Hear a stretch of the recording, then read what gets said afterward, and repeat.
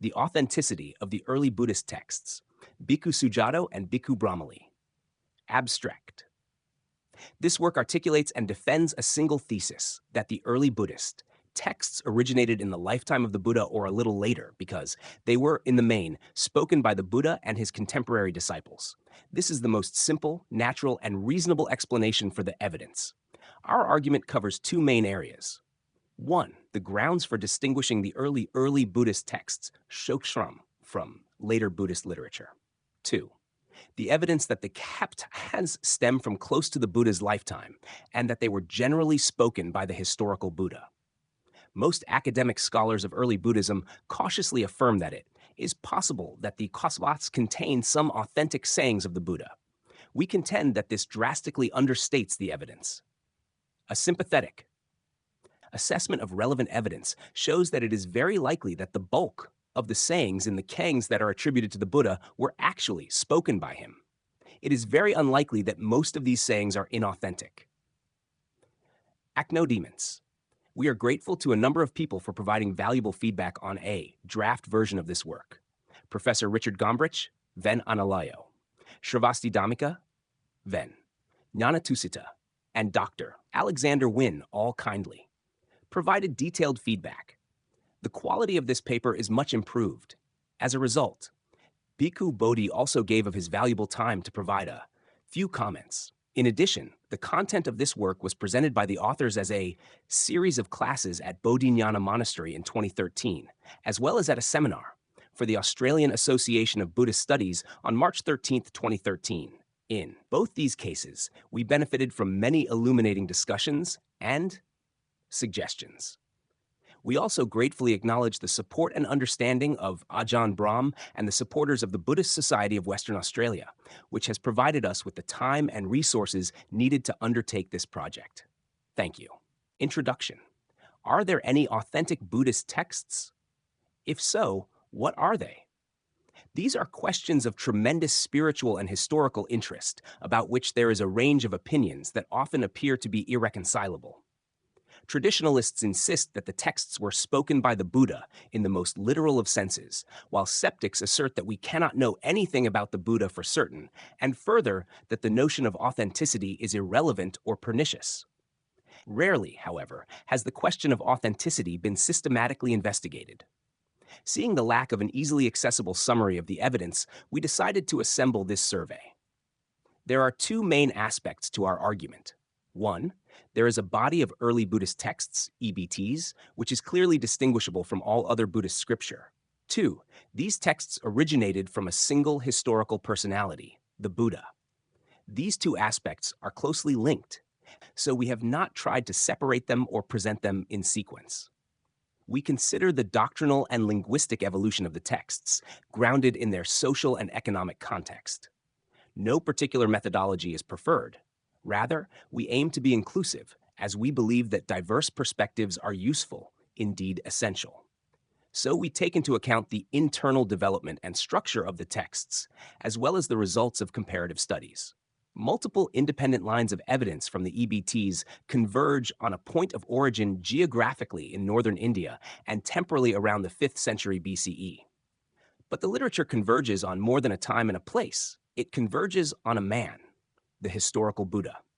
It took an astonishing energy and dedication to create and sustain this literature. It must have been produced by an extraordinary historical event. And what could this event be, if not the appearance of a revolutionary spiritual genius? The Buddha's presence as a living figure in the EBTs is overwhelming and unmistakable. It stands in stark contrast with all other Buddhist literature, where the Buddha has faded to legend. Yet none of the later texts could exist without the EBTs. They are the foundational literature from which everything else derives. We pay special attention to the historical situation of India in the period after the Buddha, as revealed through inscriptions, monuments, and writings by Indians and Greeks. Within a few decades of the Buddha, under the reign of the Nandas, the political situation completely changed, from the diverse patchwork of small states depicted in the EBTs to a mighty unified empire. And from the Mauryan Empire of Asoka, starting around 130 years after the Buddha, the sources speak of the existence and wide dominion of Buddhism. For this to be possible, Buddhism must have undergone an extended period of growth prior to the Mauryan Empire. This is in agreement with the EBTs, which vividly and realistically depict social, geographical, linguistic, political, philosophical, religious, and other conditions that obtained in a period substantially prior to the Mauryan. Our argument may be seen by traditional Buddhists as too obvious to need stating, and by some Buddhist scholars as being hopelessly optimistic and unprovable. We reject both positions. The variations and divergences in the Buddhist traditions, as well as the lack of direct manuscript or archaeological evidence for the life of the Buddha, are real and important considerations, which should raise questions for any serious inquirer as to what the historical foundations for the Buddhist religion really are. However, it is overly skeptical and unscientific to conclude from the lack of such direct evidence that we cannot say anything and that we cannot reach firm conclusions. Science works from indirect and inferred evidence, and the preponderance of such indirect evidence points to the authenticity of the EBTs. We are not denying the obvious fact that the texts bear all the marks of redaction and editing, and that they have been optimized for the oral tradition. There are even a few cases where the editorial hand seems to have added interpretations to existing ideas. But to assume from this that the literature as a whole has not conserved the central ideas propounded by its founder, or even that it was invented ad hoc by redactors, is to lose sight of the distinction between editing and composing. So when we say that the texts were spoken by the Buddha, we mean it in this non-literal sense. Clarifying the exact nature and degree of the editorial influences on the EBTs is one of the primary tasks of the student of early Buddhism.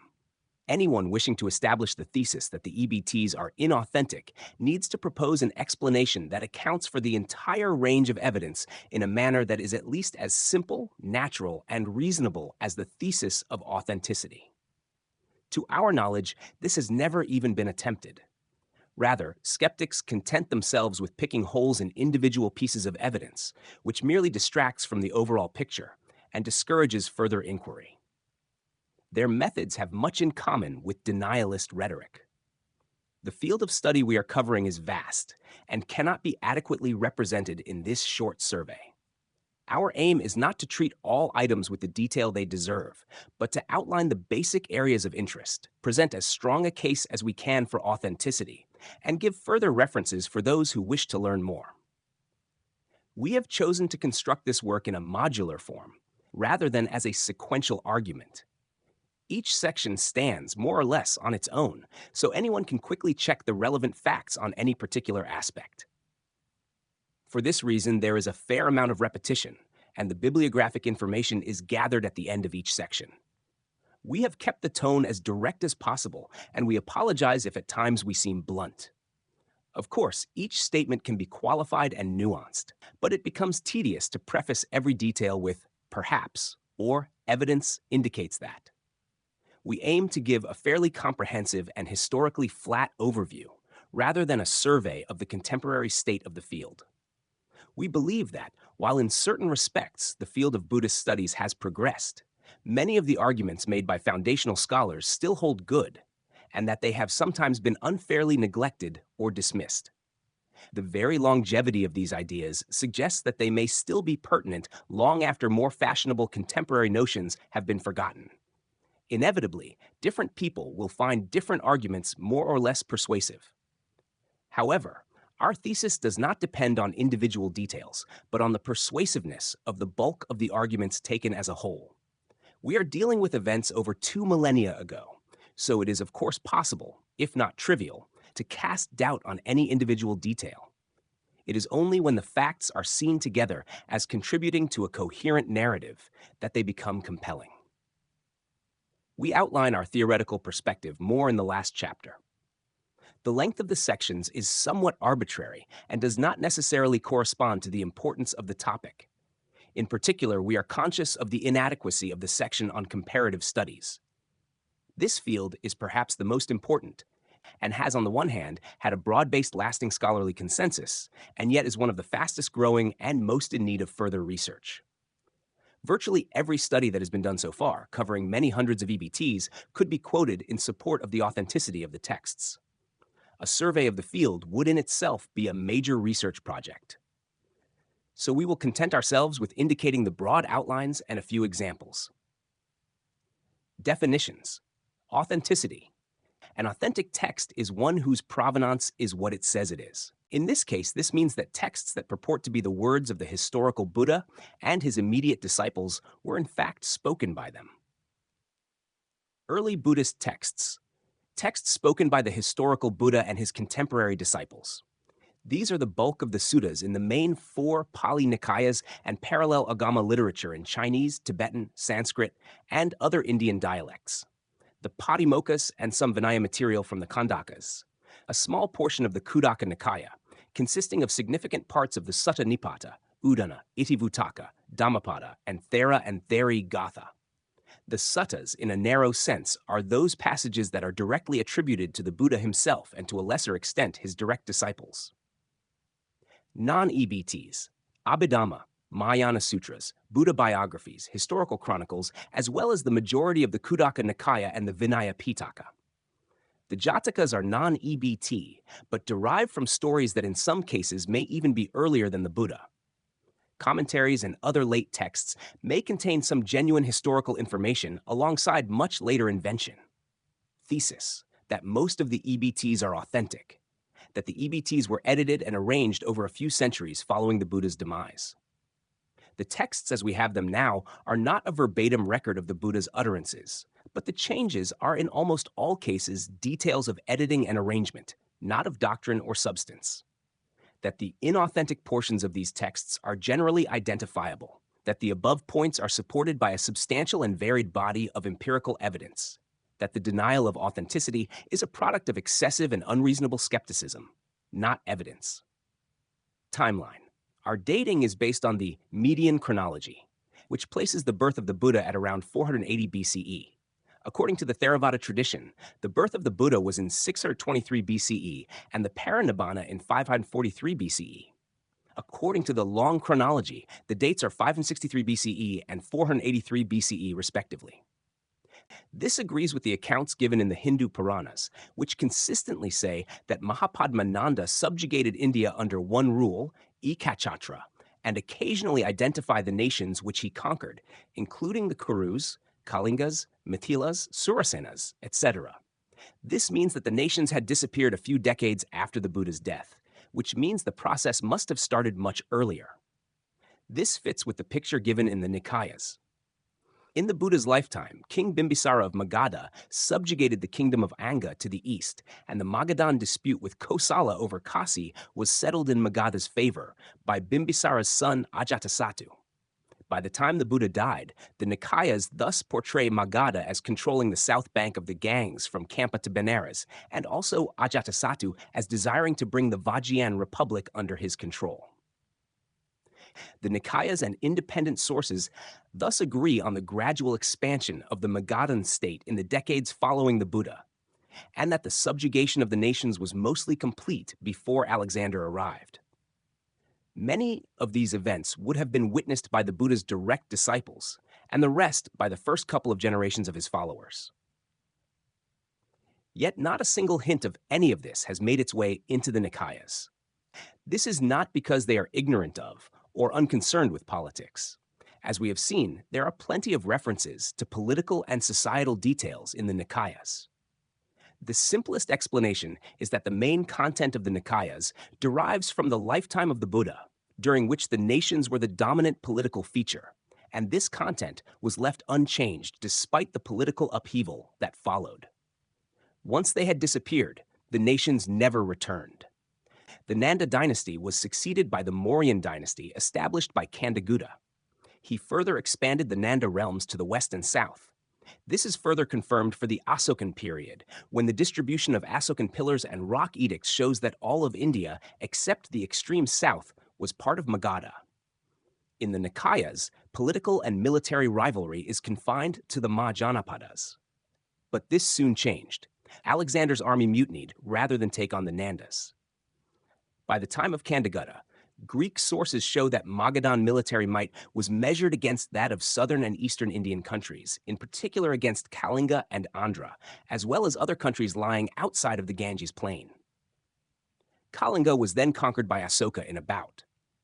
According to a number of sources, including R.E., the Mahakarma Vibhanga, and the Mahavamsa, Buddhism became established in Sri Lanka, Tamraparni, in the Asokan period, apparently with the direct involvement of Asoka himself. The transformation of Pataliputra. The capital of Kandagutta and Asoka was Pataliputra, a magnificent city on the Ganges, which in the Irtha is mentioned only occasionally as an obscure village. Pataliputra is unknown to any pre-Buddhist texts, such as the early Upanishads, and we have no evidence that it existed in this period. A list of the main cities of northern India does not include Pataliputra. While the Buddha was alive, Pataliputra was still called Patalagama, the village of Patali, but it would therefore have been very modest in size. Apart from a few late suttas, it can only be traced to this one passage. Towards the end of the Buddha's life, a city, the future Pataliputra, was being built at or near Patalagama, and the Buddha predicts its future greatness, using the name Pataliputra for the first time. This fits with the archaeological evidence which indicates that large-scale urban development in the Ganges Plain, characterized by town planning, fortification, monumental buildings, the use of bricks, etc., does not appear much older than the 4th and even the 3rd century. The picture found in the contrasts sharply with the situation about a century later. Various sources, including Greek ones, tell us that at the time of Kandagutta, Pataliputra is the capital of Magadha and the greatest city in India. According to Jain and Brahmanical sources, Pataliputra probably became the capital of Magadha under Udayabhadra, son of Ajatasattu, and remained as such until after the dissolution of the Asokan Empire. Again, archaeological excavations at Patna Pataliputra indicate that this picture is historically accurate. Absence of Kandagutta and Asoka. Kandagutta and Asoka are two of India's greatest rulers, yet they are not mentioned anywhere in the Sovinkakpastele, which indicates that they were closed by the time of Kandagutta. Considering how regularly kings, including the kings of Magadha, are mentioned in the texts, and considering how celebrated Asoka is in other Buddhist literature, it is particularly noteworthy that neither Kandagutta nor Asoka, both ruling an empire previously unparalleled in Indian history, is mentioned in thee. Perhaps the earliest mention of Kandagutta in Pali literature is found in the Milindapanya, and Asoka's life, by way of contrast to the Yale, is described at length in a number of Buddhist sources, such as the Dipavamsa, the Mahavamsa, the Samantapasadika, and the Ashokavarana.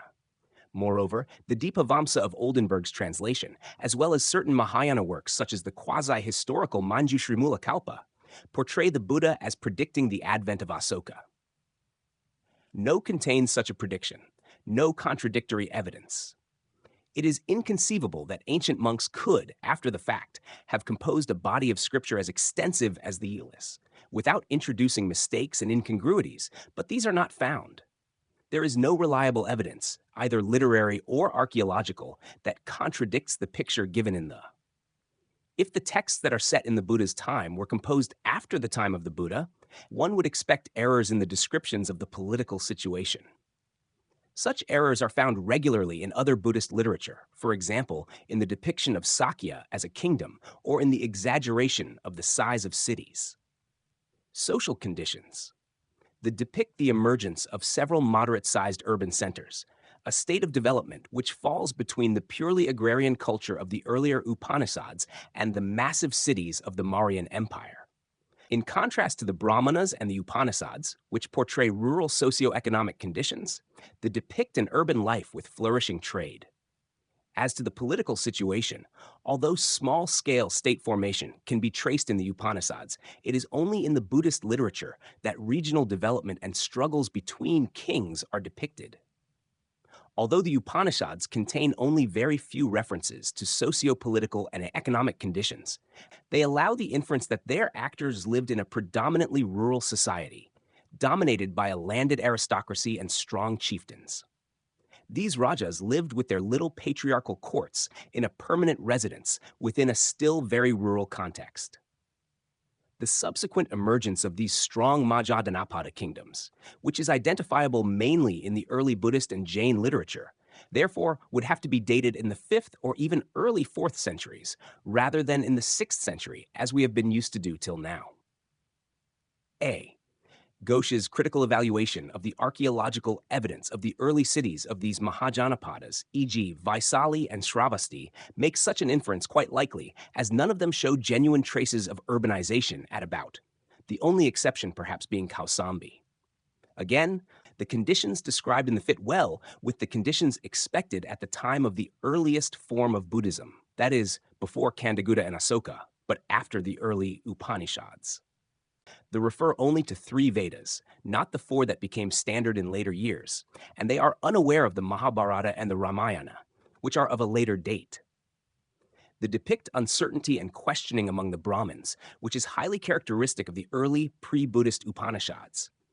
And while they are aware of Upanishadic ideas, they only name the Upanishads once, as Brahmanical lineages rather than as texts. They are unaware of Panini, who can be dated no later than mid-centuries. This can be seen in the fact that they frequently refer to grammar, but as an ancient tradition, not as a modern innovation. They also depict many deities and practices that are found neither in the ancient Vedas nor in the later Hinduism. In addition, they fail to mention many practices common to the later Brahmanical tradition, such as the worship of the Shiva Lingam and deities such as Krishna, Ganesh, Kali, and Skanda. The unity of Buddhism. Separate Buddhist sects, which probably started to emerge around the time of Asoka, are not mentioned in the Glauvren. Although the frequently mentioned disagreements within the Sangha, there is hardly any indication of Buddhism being split along sectarian lines. The only exceptions to this are the temporary split over the incident at Kosambi and the more serious split in the Sangha caused by Devadatta. However, there is no connection between this schism and the later emergence of distinct Buddhist schools. It is in post-Asokan literature, such as the Kathavatu, that true sectarianism is first mentioned.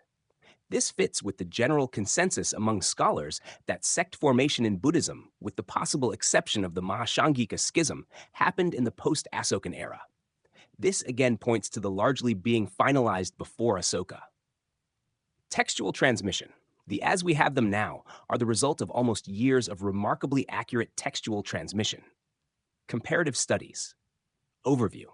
They are varying recensions of the same body of texts because they stem from a period before Buddhism split into different schools.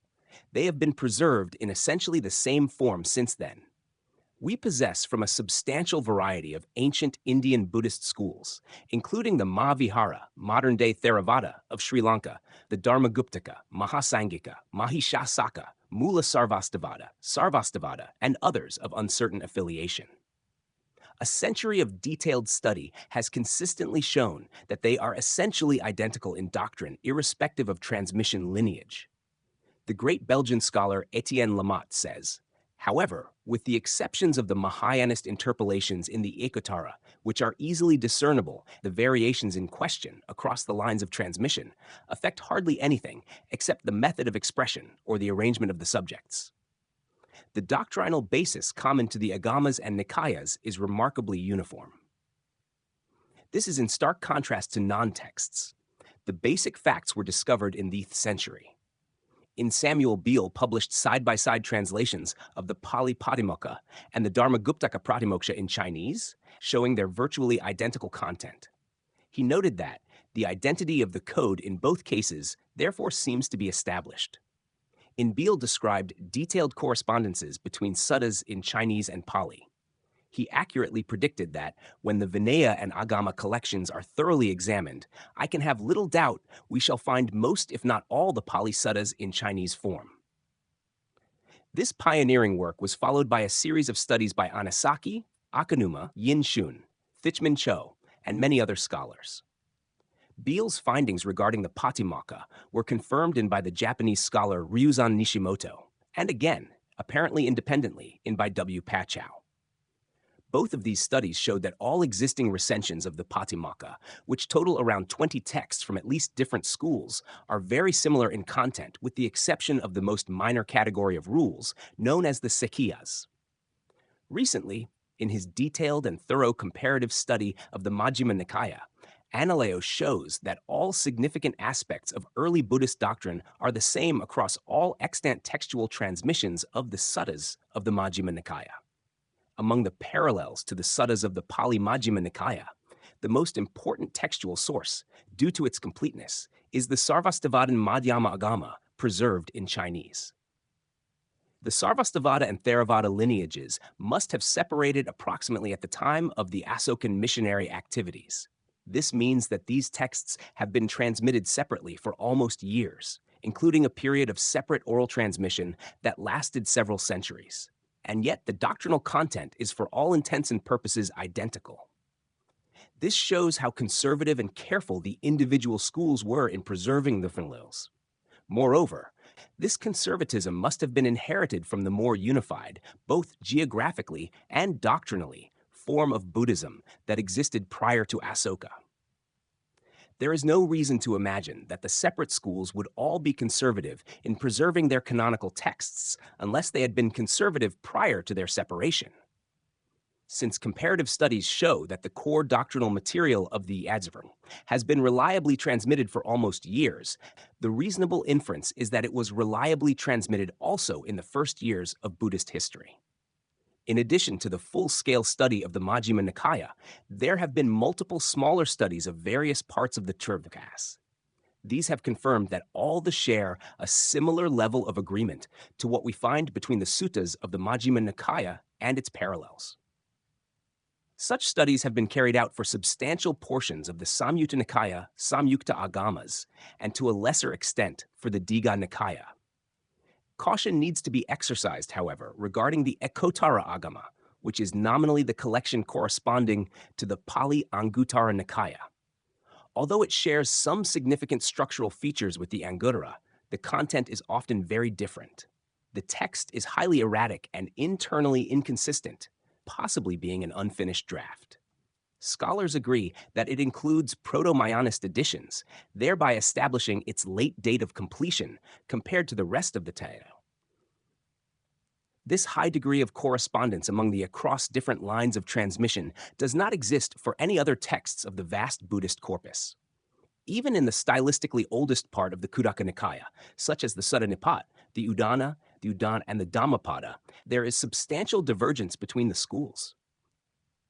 This is despite the fact that these texts do have a common core, which is found across the different traditions.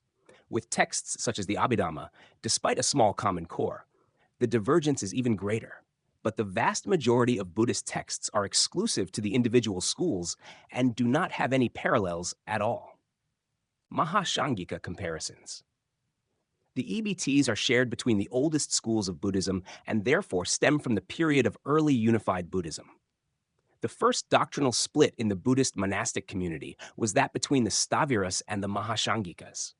Because this was the first split, some scholars, such as Edward Kanze and A.K. Warder, have suggested that material that is common to both these groups of schools be regarded as the most authentic. We do not agree with this criterion, since, as Frau Wallner has argued, the foundation of communities and the rise of dogmatic schools are two quite separate things. The separation of textual lineages can happen for any number of reasons, apart from sectarian identity, prominent among them geographical isolation. The texts of the Pali school were separated from the Kashmiri Sarvastivadins and the Gandhari Dharmaguptakas at least as long as the separation from the Mahashangikas. Moreover, the physical separation was even greater, at about 3,000 kilometers. Still, since the split between the Staviras and the Mahashangikas was the first schism motivated by doctrinal differences, it is worthwhile to consider the material in common between them. This research is hampered by the fact that there is little surviving early material from the Mahasanghikas. It is therefore unrealistic to insist that the only material common to the two schools be accepted as authentic. Nevertheless, judging from their account of the First Council and other indications, the Mahasanghika did maintain a version of the EBTs, and specific Mahasanghika literature emerged only later. Moreover, the Mahasanghikas are known to have been particularly conservative in at least some respects. For example, in rejecting as canonical texts that were included in the canon by other schools. Known similarities between the EBTs of the Mahasanghikas and those of other schools include the following. The Mahasanghika Patimokkha is essentially the same as all other extant Patimokkha's. The canonical Vinaya material that falls outside of the Patimokkha and its explication is on the whole similar in content in all schools, although the Mahasanghika text is structured very differently.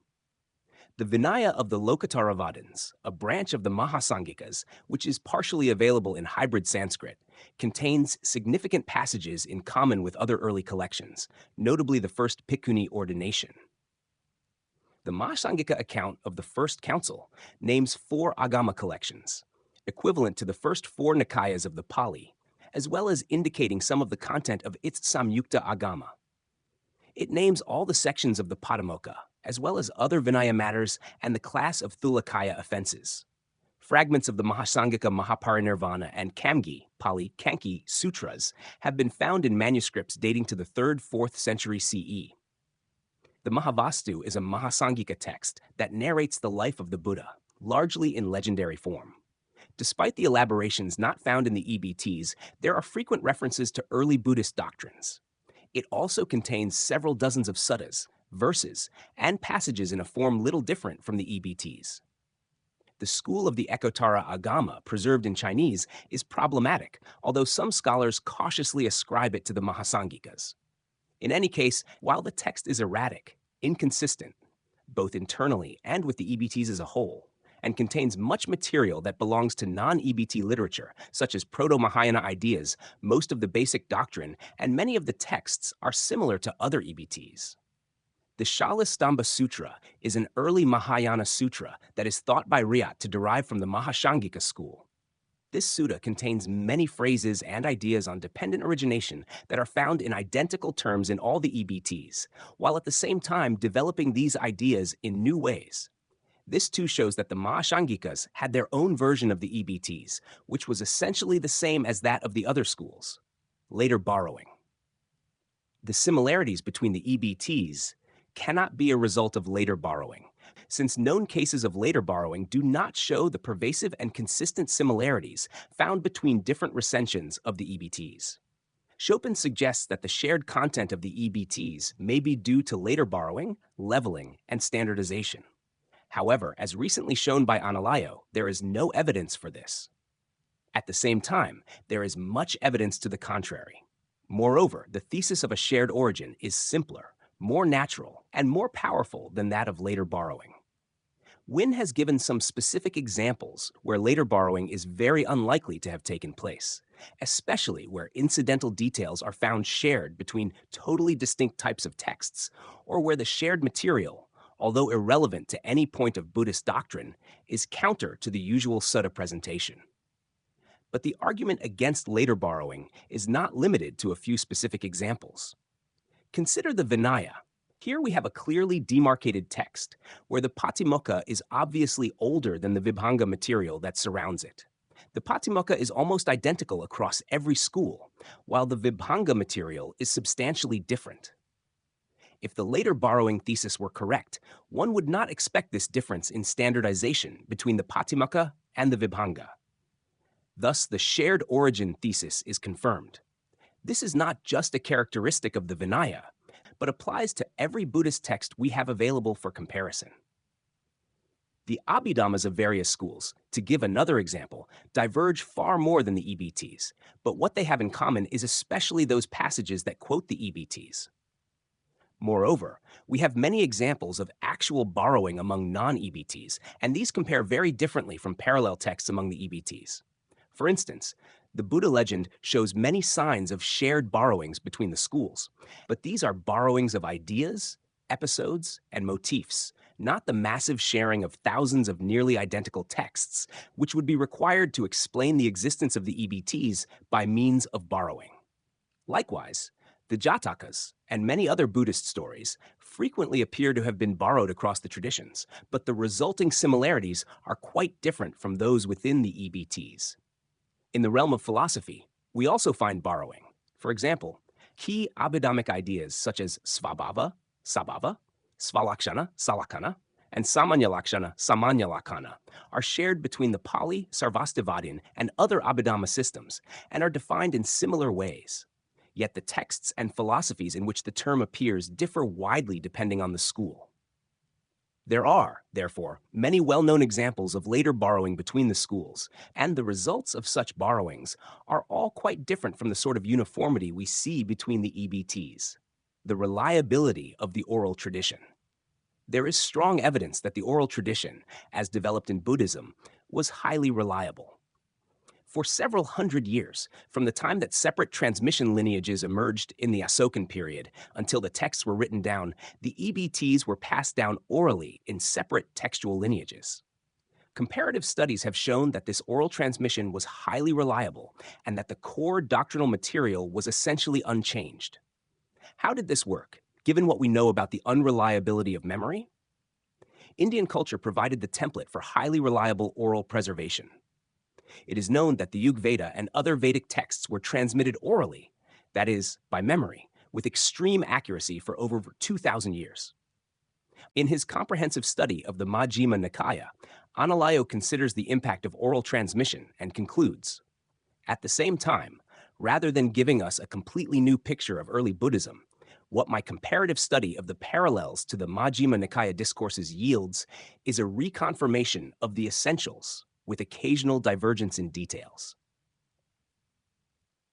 In the field of oral literature, there is a distinction between texts that are to be memorized verbatim, as in the Buddhist and Vedic traditions, and those which serve as springboards for storytelling, as in oral folk traditions.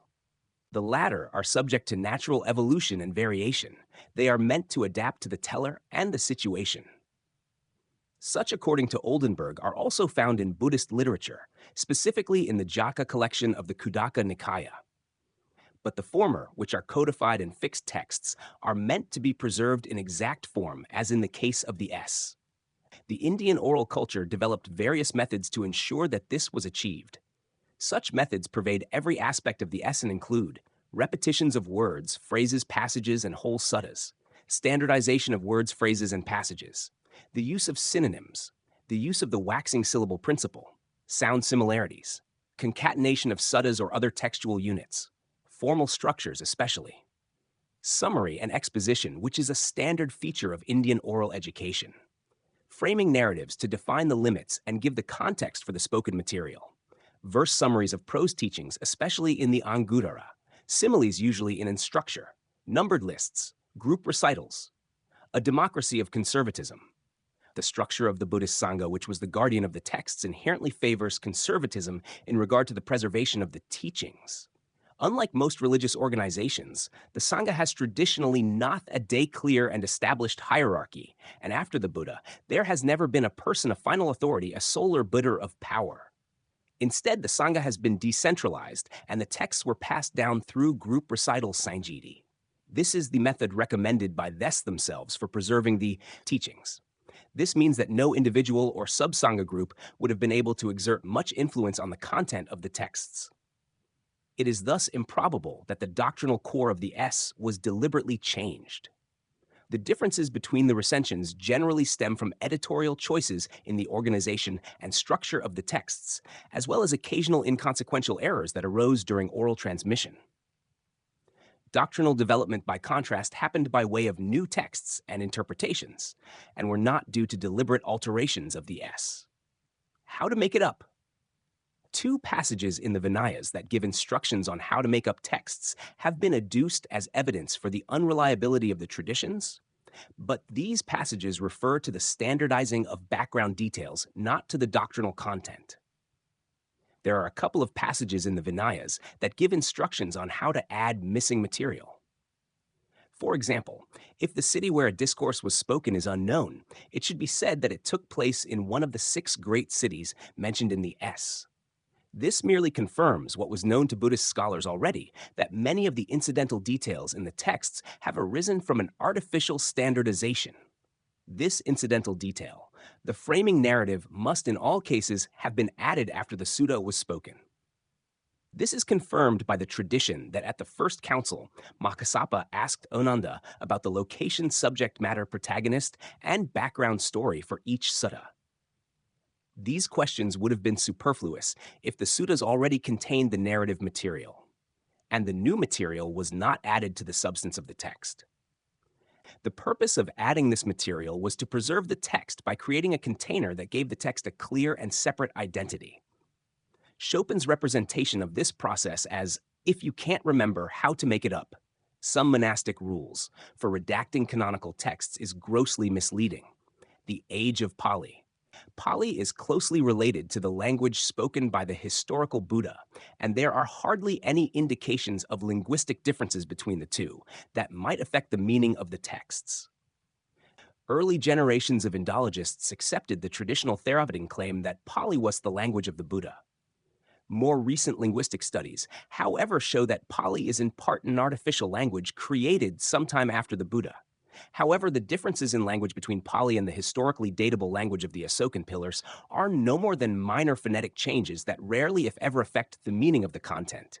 In all probability, a similarly close relationship obtains between Pali and the historical Buddha's own dialect. Moreover, the Buddha himself may have used varying dialects depending on where he traveled, and certainly his disciples did they were, in fact, encouraged to speak in their own dialect as Buddhism spread throughout northern India. This diverging use of language must eventually have led to a need for standardization, and this probably explains the introduction and development of Pali.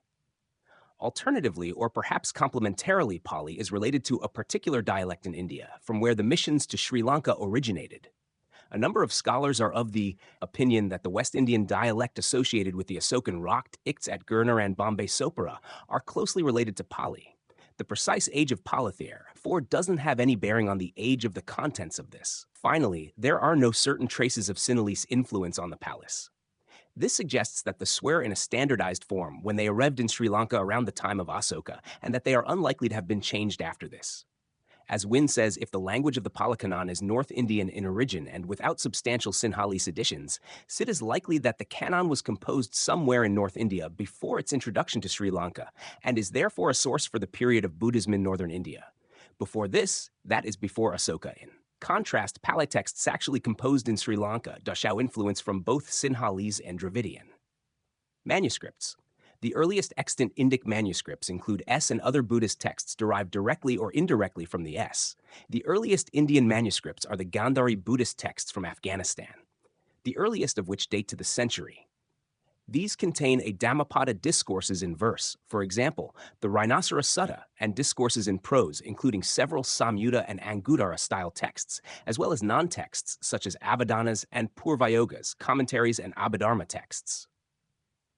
This pattern of textual distribution conforms to that expected of the period immediately after the beginning of the Common Era. Many of the texts belong to the S, and those that have been studied in detail show a close affinity with other S. The remainder of these texts are non-S that form part of the textual development immediately based on the S. Scholarly opinion. There is a loose consensus among specialists in early Buddhism that the S are in the main authentic. Scholars thrive on disagreement. Nevertheless, among those who specialize in this field, there has been since the beginnings of modern Buddhist studies a rough working consensus that at least part of the S are authentic. Academic skeptics of authenticity are almost always specialists in later Buddhism, making comments outside their own field. The following are some examples of the views of scholars of H. Buddhism. Rupert Gethin. Far from representing sectarian Buddhism, these suttas, the four main Nikayas above all, constitute the common ancient heritage of Buddhism, and it is extremely likely that at least some of these suttas that come down to us are among the oldest surviving Buddhist texts and contain material that goes back directly to the Buddha. Richard Gombrich. The content of the main body of sermons, the four Nikayas, and of the main body of monastic rules presents such originality, intelligence, grandeur, and most relevantly coherence that it is hard to see it as a composite work. They are the work of one genius, the Buddha. Peter Harvey affirms that much of the Pali Canon must derive from the Buddha's teachings. Zheblu Dezhong has said it would be hypocritical to assert that we can say nothing about the teachings of earliest Buddhism, arguing that the basic ideas of Buddhism found in the canonical writings could very well have been proclaimed by him. The Buddha transmitted and developed by his disciples, and finally codified in fixed formulas. Lamotte.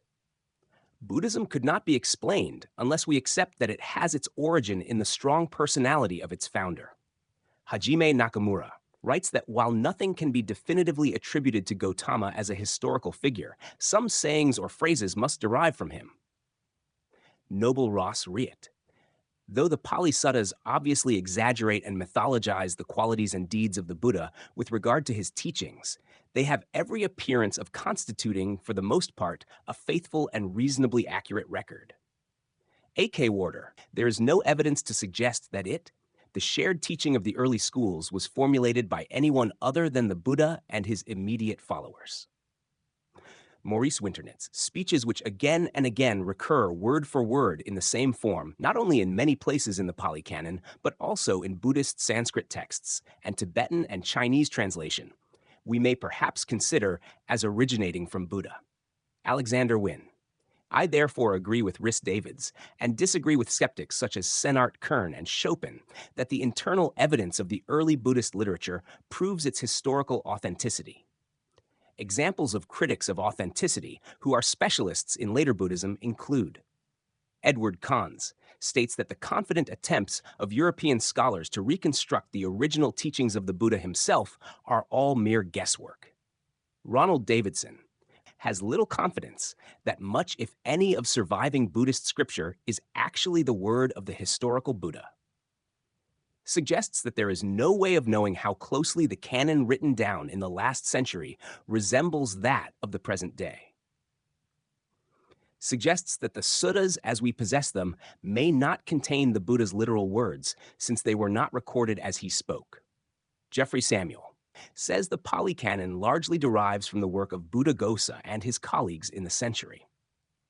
Gregory Chopin argues that it is not until the two centuries that we can know anything definite about the contents of the canon. Stability of consensus. The mostly recent views of the scholars cited above largely confirm the conclusions of the early generation of Indologists. We cannot hope to represent the wide range of scholarly views over the past years. Instead, we selectively quote some of the most distinguished early scholars in the field, and in the process hope to present a reasonable range of views of century Indologists, showing that these tend to affirm the authenticity of the EBTs. Samuel Beal stated that the texts of the various schools were founded on one and the same traditional record. Beal said that the Patimokkha is the oldest and in many respects the most important material of the Vinaya literature. This position was the same as that taken by Rhys Davids and Oldenburg. Beal. It is clear they, the Mahayana texts, specifically the Prajnaparamita, cannot belong to the early school or have formed a part of the original collection of books. Dr. Hofrath Bühler said that the Pali Nikayas are good evidence for the 5th or 6th century. Wilhelm Geiger. But without a doubt the canon contains a mass of utterances, speeches, and teachings of the master, as they were impressed on the memory of the disciples in their more or less accurate form. Oldenburg argued that the Patimokkha and the fundamental doctrines of the Dhamma were from the same period, whereas the rest of Vinaya was later, and that the Abhidhamma was later than the Sutta and the Vinaya Pitakas.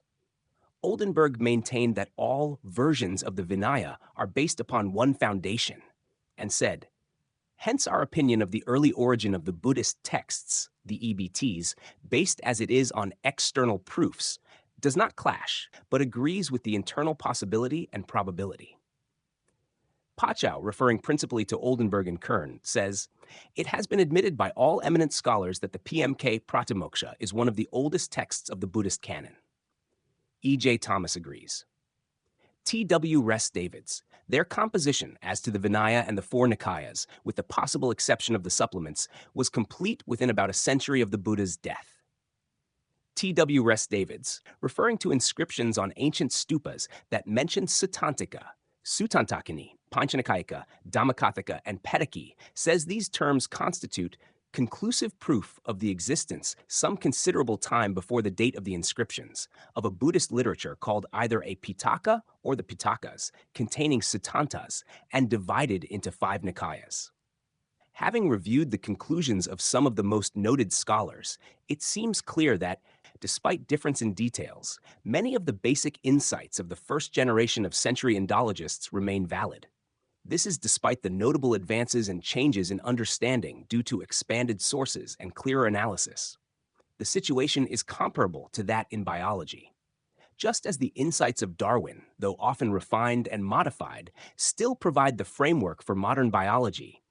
So this rough consensus extends beyond these general statements and provides the framework within which modern Buddhist scholars continue to work. Finally, let us look at the more specific findings of one of the most noted pioneers of Buddhist studies. Here is a chronology of Pali Buddhist texts from T.W. Rhys-Davids in the appendix to Chapter of Buddhist India. Chronological table of Buddhist literature from the Buddha's time to the time of Asoka. The simple statements of Buddhist doctrine now found in identical words in paragraphs or verses recurring in all the books. Episodes found in identical words in 2 or more of the existing books. The Silas, the Parayana, the Octades, the Padamaka, the Digha, Majjhima, Anguttara, and Samyutta Nikayas. The Sutta Nipata, the Thera and Therigathas, the Udanas, and the Kudakapatha. The Sutta Vibhanga and the Kandakas. The Jatakas and the Dhammapadas. The Nidasa, the Iddhavudakas, and the Padasambhida, the Peta and Vimanavathus, the Apadanas, the Karyapataka, and the Buddhavamsa. The Abhidhamma books, the last of which is the Kathavathu, and the earliest probably the Pugala Panyati. This is obviously meant as a simple aid to orientation among the material, not as definitive or exhaustive.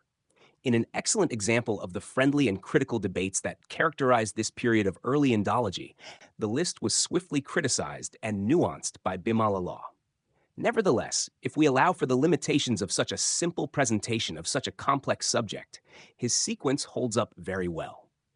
The main changes we would suggest is to place the Iddhavutaka with the Udana and other texts at number, and to allow that the Abhidhamma was compiled alongside the other texts, probably from number on, or at least from number. Character of the early Buddhist texts. The simplest explanation for the unique character of the EBTs is that they stem, in the main, from a single author, the historical Buddha. Most of the EBTs state explicitly that the Buddha is their author. The character of the EBTs is most easily accounted for if this is, on the whole, true. There are obvious exceptions, such as where the speaker is specifically said to be someone else, or where there are indications that texts or passages have been added. These exceptions, however, should not be allowed to distract from the overall picture. The EBTs are stylistically different from other Buddhist texts, as well as internally consistent in both doctrine and phrasing. They are a separate genre of literature. This is most simply explained if they hark back to a common source in the earliest period. They have a different authorship from other Buddhist texts and are the root texts from which the rest of Buddhist literary activity developed. Vedic influence on the EBTs. The literary form of the EBTs is strongly influenced by the Brahmanical Vedas, which shows that they are the first generation of Buddhist literature emerging in a non-Buddhist context. The EBTs frequently bear the stamp of influence from Brahmanical literature in their literary style. The most obvious is the poetry, where we find that the meters are developed from Vedic precedent. Likewise, the characteristic feature of framing narratives is derived from the Vedas. In the Vedas, we also find the models for such organizing principles as the Samyutta principle of grouping texts by topic and the Anguttara principle of grouping them according to number. The EBTs frequently share metaphors and imagery with the Vedic literature. Indeed, we can point to several shared similes in just one Upanishadic passage, the dialogue between Yajavalkya and his wife Maitreyi, the origin of the sound of the conch or the lute, the rivers that merge in the ocean, and the ocean that everywhere has one taste, the taste of salt. Finally, the EBTs borrowed a significant number of Brahmanical terms and ideas, often infusing them with a new meaning. All of these ideas and forms were invariably adapted to a Buddhist use. This shows that the EBTs adopted aspects of the Brahmanical model, which at that time was the only available example of a successful and lasting literary tradition. This is despite the enormous differences between the EBTs and the Vedas. All other forms of Buddhist texts, by contrast, are derived primarily from earlier forms of Buddhist literature. Literary features. Analysis of linguistic style reveals a specific set of characteristics that is unique to the EBTs and not shared with non-EBT literature. In his book Buddhist India, T.W., Rhys-Davids says, on the other hand, Suppose a MS were discovered containing, in the same handwriting, copies of Bacon's essays and of Hume's essay, with nothing to show when or by whom they were written, and that we knew nothing at all otherwise about the matter. Still, we should know, with absolute certainty, which was relatively the older of the two, and should be able to determine, within a quite short period, the actual date of each of the two works. The evidence would be irresistible because it would consist of a very large number of minute points of language, of style, and, above all, of ideas expressed, all tending in the same direction. This is the sort of internal evidence that we have before us in the Pali books. Anyone who habitually reads Pali would know at once that the Nikayas are older than the Dhamma Sangani, that both are older than the Kathavatu, that all three are older than the Milinda. And the Pali scholars most competent to judge are quite unanimous on the point and on the general position of the Pali literature in the history of literature in India. But this sort of evidence can appeal, of course, only to those familiar with the language and with the ideas. We will now have a look at some of the stylistic features that make the EBTs stand apart from other Buddhist texts. Grammar. The Pali EBTs have grammatical features of Western India and even of Magadha, but not of Sri Lanka. The geographical distribution of language features for the time shortly after the Buddha is known primarily from the Asokan edicts. It is generally accepted that Pali has its roots in Western India, in the region of Avanti, which is on the trade route to Sri Lanka. At the same time, it has been shown that the vocabulary of the Pali EBTs preserves several early dialectical forms, Magadhisms, that are generally regarded as linguistic remnants from the time when Buddhism was geographically limited to the eastern part of India. These features are not found in other Buddhist literature, with the exception of the Kathavatu, which may have these forms due to its probable origin in Magadha. Vocabulary. The vocabulary of the suttas is derived from the Upanishads and other contemporary sources, while the non-suttas derive theirs from the suttas and later trends. The vocabulary of the suttas is different from that of other Buddhist texts. The easiest way to see this difference is to compare passages in the suttas with parallel passages in other Buddhist literature. Such comparison suggests that the other texts belong to a later chronological stratum than the suttas. There are countless examples of this, one of which is the standard formula for Satipatthana as found in the suttas compared with that found in the Vibhanga of the Abhidhamma. The standard Satipatthana formula of the suttas is as follows, e.g., mn.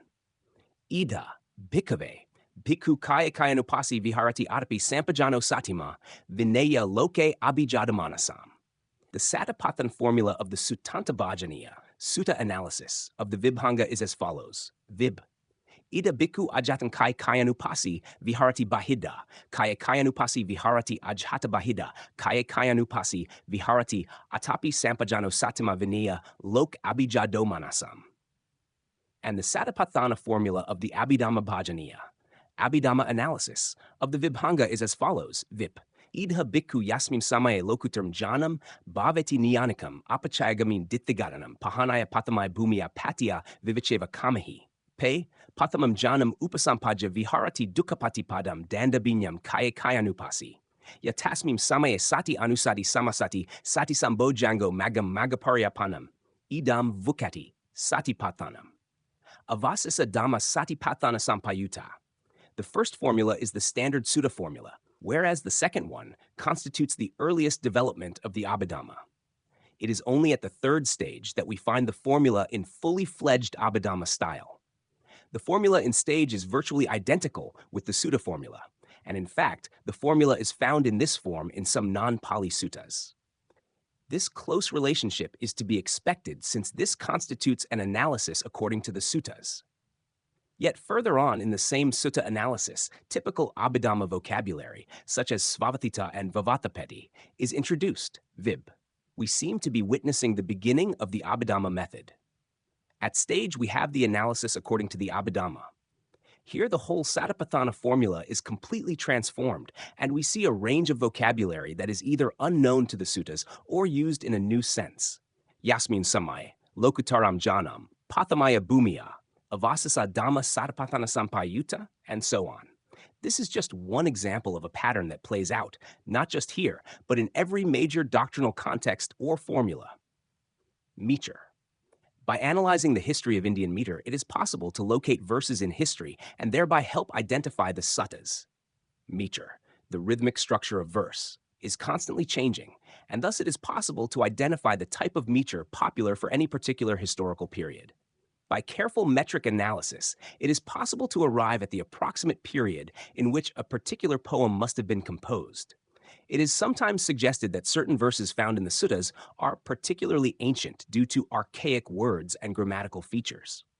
However, according to the late A.K. Warder, perhaps the world's leading authority on Pali verse, the archaic word forms in verse often are deliberate rather than showing the true chronological stratum to which the text belongs. Metrical analysis gets us around this problem and promises a more direct relative dating of Pali verse. One of the earliest forms of the Pali meter, known as vata, is close in structure to the vata meter as used in the Upanishads, but chronologically slightly later. However, the same meter is earlier than that of the Brihadavata and still earlier than that of the Mahabharata. According to Warder, it seems certain that the verse parts of the Pali canon represent quite a long period of composition, and that the differences of age thus suggested seem to agree with the general drift of subjective opinion on which sort of doctrine is earlier and which later. But he also says that, although we cannot say whether any Pali verses in their present form date back to the time of the Buddha, i.e. circa BCE, on the one hand, the changes in techniques within the canon imply a considerable period of development prior to the century BCE, and on the other hand, the formal similarities between the canon and those of the other early schools indicate a common origin of the original kernels, in a period before the sectarian divisions had separated them too far. Within the Pali canon, the metrically oldest verses are found in the Atthakavagga and the Parayanavagga of the Sutta Nipata. Metrical analysis also shows that the Parayanavagga can be further divided into a core of very ancient poems and the surrounding narrative framework. This fits with our general observation, and also with the results of comparative study, that the narratives are later than the actual words attributed to the Buddha. Style. The Nikayas tend to be straight to the point and realistic, whereas non-Nikayas are often highly embellished and full of supernatural events. The Nikayas are generally realistic and restrained in their portrayal of the Buddha and his environment, and the details do not seem unreasonable for what we know of the historical period and geographical area. For instance, the Buddha is rarely portrayed as displaying supernormal powers, and when he is, they often have the hallmarks of being later insertions. Non-Nikayas, by contrast, are often florid and full of supernormal phenomena. This is true for the entire Buddhist tradition, but especially so for the Mahayana Sutras. The Mahayana Sutras generally lack the realism of the Nikayas. This difference can be appreciated by considering the opening narrative of a typical text in the Majjhima Nikaya compared to the opening of a classical Mahayana text from the Prajna Paramita corpus. A typical sutta in the Majjhima Nikaya starts as follows. Thus have I heard. On one occasion, the Blessed One was living at Savatthi in Jeddah's grove, Anathapindika's park. There he addressed the bhikkhus thus. A short extract, about 10%, of the opening of the large Prajnaparamita Sutra, according to Kanz's translation, reads as follows. Thus have I heard.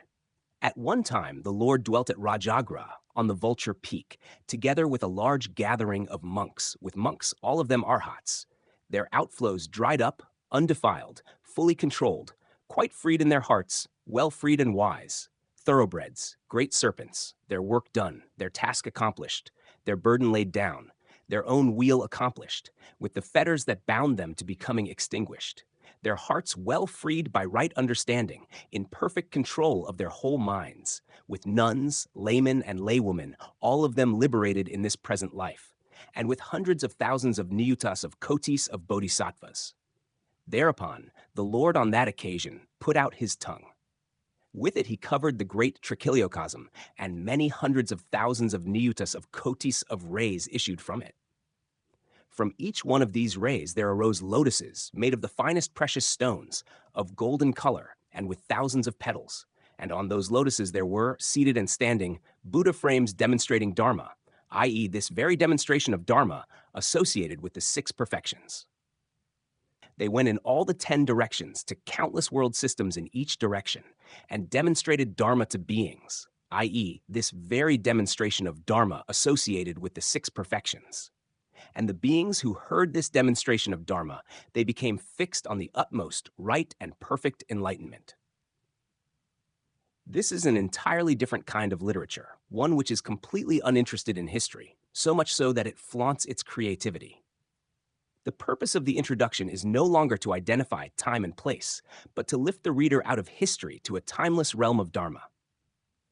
Differences in style manifest in other ways too. Rhys Davids comments as follows on the stylistic difference between earlier and later works in the Theravada tradition.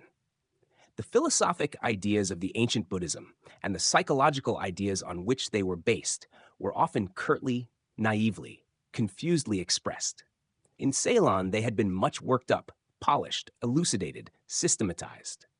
From several works now accessible, we know fairly well the tone and manner of these later, and, as they must have seemed to Ceylon scholars, clearer, fuller statements of the old ideas. In no single instance yet discovered has this later tone and manner found its way into the canonical books. Oral versus literary tradition. The Nikayas are an oral literature and must have been fully composed long before the use of writing for sacred literature, no later than the 1st century BCE. The Nikayas depict the Buddha as being concerned about the long-term preservation of his message, as saying that the Nikayas would preserve the Dhamma, and as giving guidance and encouragement on how to do this. The mnemonic features of the Nikayas serve precisely the purpose of ensuring the long-term reliable transmission of the texts. These features are not incidental or added on. They are intrinsic to the Nikayas. Let us consider one of these features, repetition. If repetition was a conscious device used by later redactors to ensure fidelity, but not part of the Buddha's style, we would expect to find repetition only in those aspects of the texts that the redactors controlled. For example, we would find the same sutta repeated in multiple collections. However, what we actually find is that repetition is prevalent at every level of the texts, whether the word, the phrase, the sentence, the paragraph, the passage, or the whole discourse. Repetition, like the other mnemonic features of the texts, is a characteristic of their composition, a characteristic that was further developed by the redactors. Since the Nikayas were composed in the oral tradition, the mnemonic characteristics of the texts originated in the historical Buddha's teaching style. Most non-Nikayas do not have such mnemonic features. This suggests that these texts were composed specifically for written rather than oral transmission. This would have been some time after the Nikayas, when writing was in common use for Buddhist texts. The exception to this is the later strata of canonical material, such as the Abhidhamma, much of the Vinaya, and some of the suttas, especially in the Khuddaka Nikaya, but also some of the material in the main Nikaya's Agamas. This material retains the features of the oral tradition, yet on multiple other grounds it is clearly later than the Nikayas. It would, of course, have taken considerable time for the literary style to emerge fully from the oral culture. Just as the earliest builders in stone for a long time employed principles of woodwork, or just as digital designers now employ skeuomorphism. Even the Mahayana Sutras, which were composed in writing and which frequently refer to writing, retain some oral features, such as repetition. This shows that the oral tradition was firmly established and must have flourished for a considerable period before the texts were put in writing. Flavor of a single creator.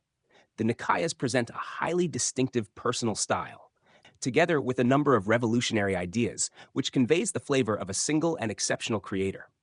This can be seen in a number of aspects of the Nikayas, such as the large number of similes, analogies, and metaphors that are vivid, precise in application, realistic and local, and formal in presentation. The analytical approach to language, which was unknown before the Buddha, use of irony and humor, and internal consistency and coherence. Moreover, many of the ideas presented in the Nikayas are revolutionary for the time. This distinctive personal style is quite different from anything found in other Buddhist literature, or even in the Upanishads. consistency, and coherence. The Nikayas are coherent and consistent, more so than any comparable literature, which indicates that they stem from a single charismatic source. The Nikayas are characterized by a rigorous consistency in doctrinal teachings, together with a great variety in themes, contexts, settings, and presentations.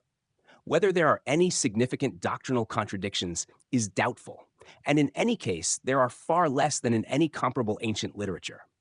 It is not easy to quantify this, but comparison with the contemporary hegemonic literature, the Upanishads, is instructive. Though the Upanishads compass a much smaller quantity of texts, they have far more diversity and contradiction in doctrines. Choosing two topics at random, here is a comparison between the Nikayas and the earliest and largest Upanishad, the Brihadaranyaka. We believe that a more detailed study along similar lines would show that this kind of difference is systemic. Creation. The Nikayas consistently assert that it is not possible to know a first point, aga, of creation. In the discourse on knowledge of beginnings, the Buddha starts his creation myth by saying, "There comes a time when the world ends." In the Brihadaranyaka, there are 6 creation myths, which say that in the beginning there was either nothing, self, Brahma, or water. Senses. The Nikayas always list 6 senses, the regular 5 plus the mind, in the same sequence, and they never mix the senses with other things.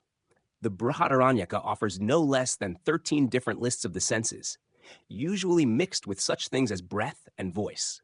They almost always vary in both the contents of the list and the sequence. Internal cross-references. Internal cross-references refer to other suttas, but never to other Buddhist texts, which shows that they are an integrated whole. The suttas frequently refer to doctrinal categories, verses, similes, specific teachings, and even to full discourses found elsewhere in the suttas. When such references are made, the meaning is only transparent for someone who knows the passage referred to. Moreover, although there is extensive internal cross-referencing of this kind, there are no references to other Buddhist texts. This shows that throughout Buddhist history, the suttas have been regarded as a separate genre of texts, and that they were seen as an integrated body of teachings that constituted the Buddha's message. Other Buddhist texts, by contrast, refer both to the suttas and other texts. The amount of internal cross-referencing in the suttas is truly staggering, and only a thorough computer analysis might be able to uncover the full extent of it. Here we can only hope to give a taste of its extent. Named sutta collections, Atthakavagga, Parayanavagga. Named suttas, Ajitapanya, Ajitamanavapucha, Brahmajala, Dhammachakka, Kumarapanya, Mahapanya, Magandhyapanya, Metteyapanya, Tisamettaya Manavapucha, Pankalakanda, Punakapanya, Punakamanavapucha, Sakapanya, Udayapanya, Udayamanavapucha. Named doctrinal categories, 4 noble truths, the sets of dhammas that came to be known as the Bodhipakkhiya Dhamma, noble eightfold path, 7 factors of awakening, 5 faculties, 4 establishments of mindfulness, 4 right efforts, 4 bases of psychic potency, 5 hindrances, 3 kinds of good conduct, 4 factors of stream entry, 5 aggregates, dependent origination, 5 lower fetters. Patimokkha. Named specific teachings. Craving being a dart. Whatever is felt is included in suffering. Sexual intercourse destroys the bridge. Affliction being suffering. The samadhi that has knowledge as its fruit. 5 sense objects are a confinement.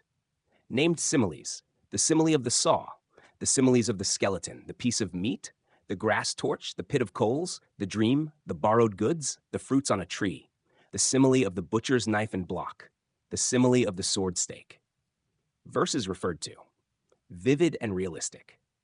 The suttas convey a picture of India and Indian society at the time that is vivid and realistic. It could not easily have been made up at a later time or in a different society.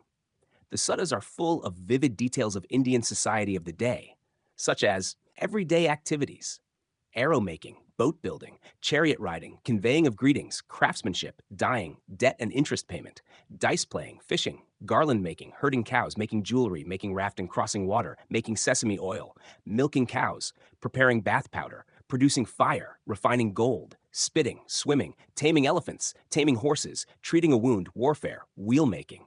Scenes from everyday life.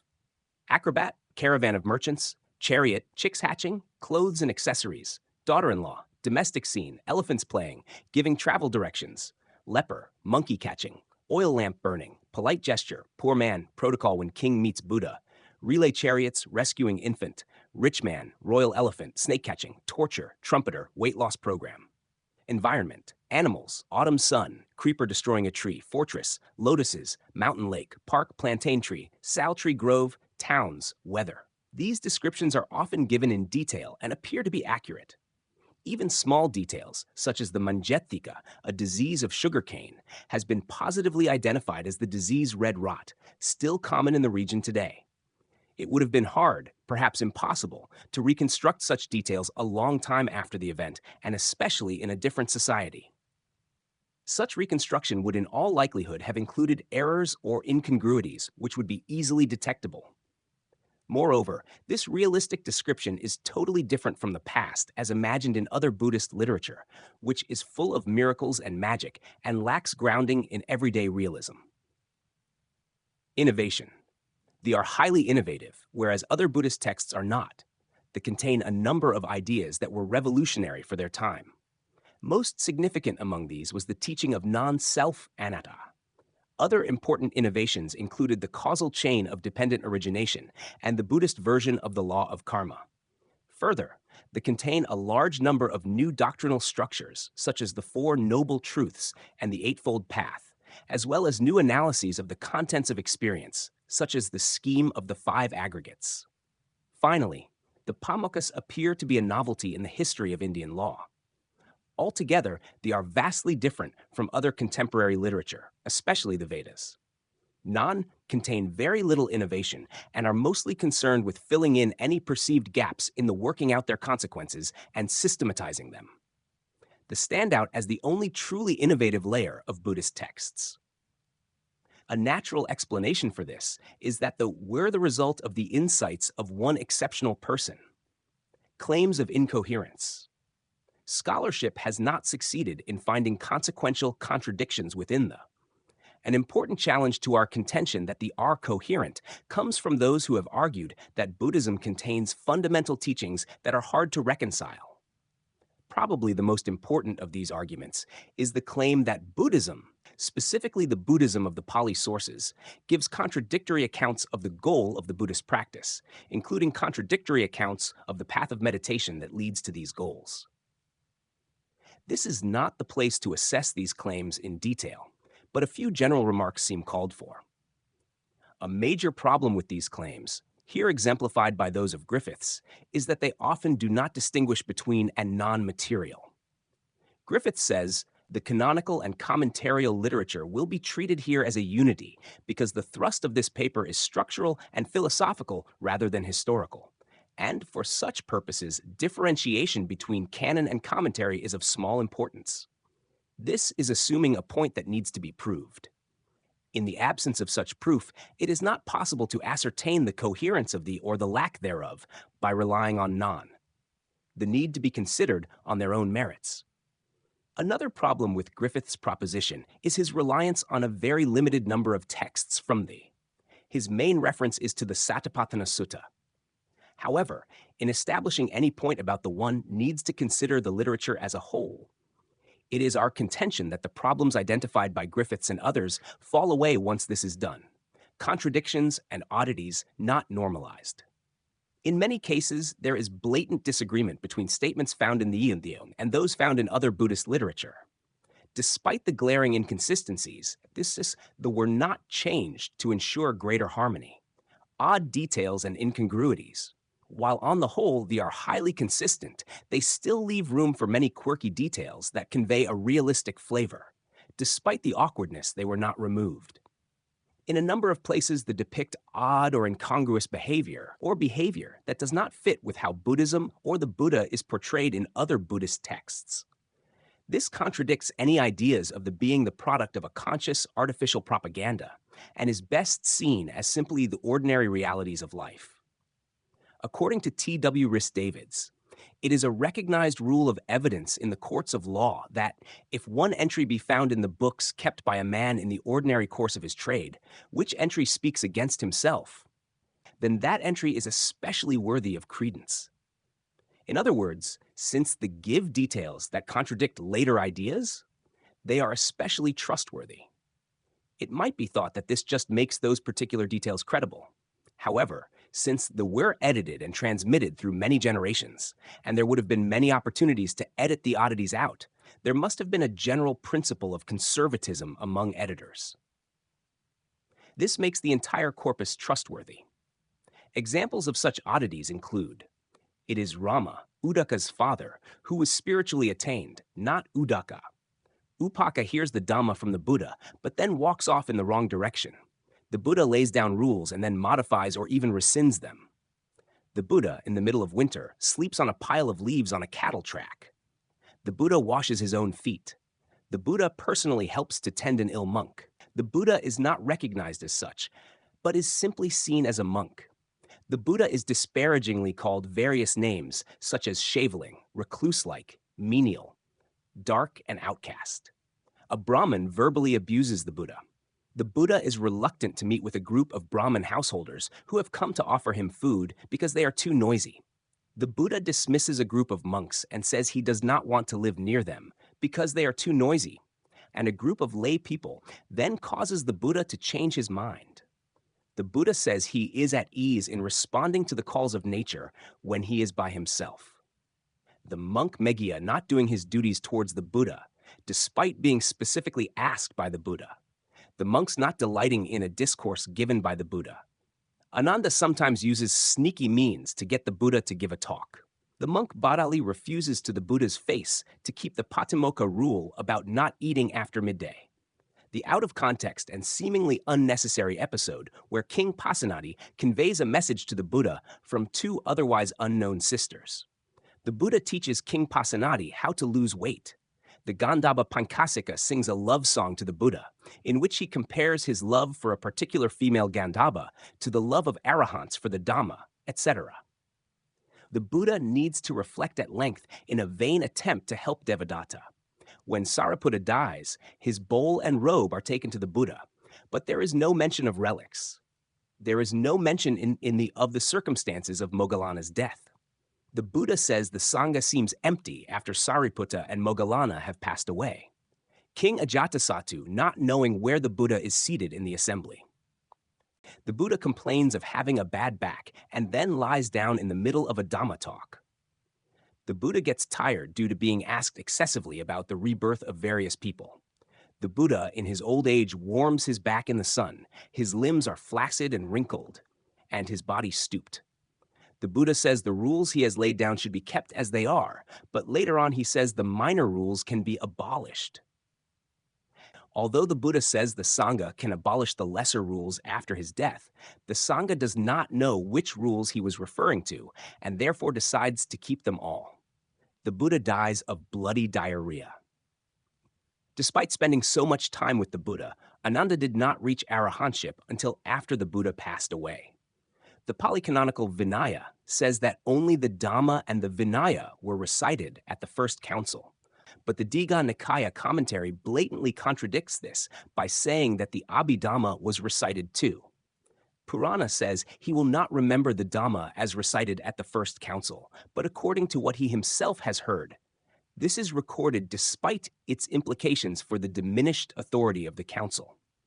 These episodes, and others, could easily have been edited out, but they were kept despite their awkwardness and their not fitting with later ideas. This indicates that the attitude towards preserving the was very conservative. Later texts are obvious. Later texts or passages typically reveal themselves in multiple different ways, which indicates that the ancient Buddhists were not interested in composing realistic fakes. In identifying later additions to the canon, it is usually possible to use multiple independent criteria. For example, in the case of the Anapada Sutta, the following criteria are relevant. No known parallels in non-Pali. Extravagant praise of Sariputta, not found elsewhere in the Komen, and akin to the flowery and exaggerated language of other Buddhist texts. Textual duplication and redundancy, such as upekkha being mentioned twice as a jhana factor for both the third and the fourth jhana. Abhidhamma-type vocabulary, not found elsewhere in the Komen, such as anupadavavatita. Juxtaposition of different literary styles, specifically one sutta-style list of jhana factors connected with ka, and one abhidhamma-style list of factors without ka. Moreover, the redactors could easily have hidden their additions by careful editing, but they didn't. Where they added new material, they did so without attempting to disguise it, and sometimes the additions are acknowledged as such in the commentaries, e.g., the final verses of the Mahaparinibbana Sutta, all the verses of the Lakkhana Sutta, and the entire Bakula Sutta. Similarly, there are many suttas that are set in the time following the Buddha's demise, and this is acknowledged in the texts. Both the S and the later tradition, then, quite readily acknowledge that some discourses were not spoken by the Buddha. In some cases, such as the final verses of the Mahaparinibbana Sutta, this could not have been otherwise, as the context is after the Buddha's passing away. In other cases, however, such as the verses of the Lakkhana Sutta, even though the sutta features the Buddha himself, the commentary is still happy to acknowledge that the verse were added later. The fact, therefore, that in the majority of cases there is no acknowledgement of lateness tends to authenticate these texts as having the historical Buddha as their origin. Life of the Buddha. The S are interested in the Dhamma, while after the Buddha's death, interest shifted to his life story. The S display little interest in the Buddha's biography. This is in stark contrast to other Buddhist literature. This is most naturally explained if the S stem mainly from the historical Buddha himself. He was interested in teaching the Dhamma, not telling his life story. And where the Buddha does speak of his own life, it is always to give a teaching on how he practiced to reach awakening, presumably to set an example to be emulated. Those around him knew him personally and did not need a lengthy biography. Only after he died was there a need to develop a biographical literature, beginning with the Mahaparinibbana Sutta, then the Khandakas, then the full-fledged biographies, such as the Mahavastu, the Lalitavastara, and the Jataka Nidana.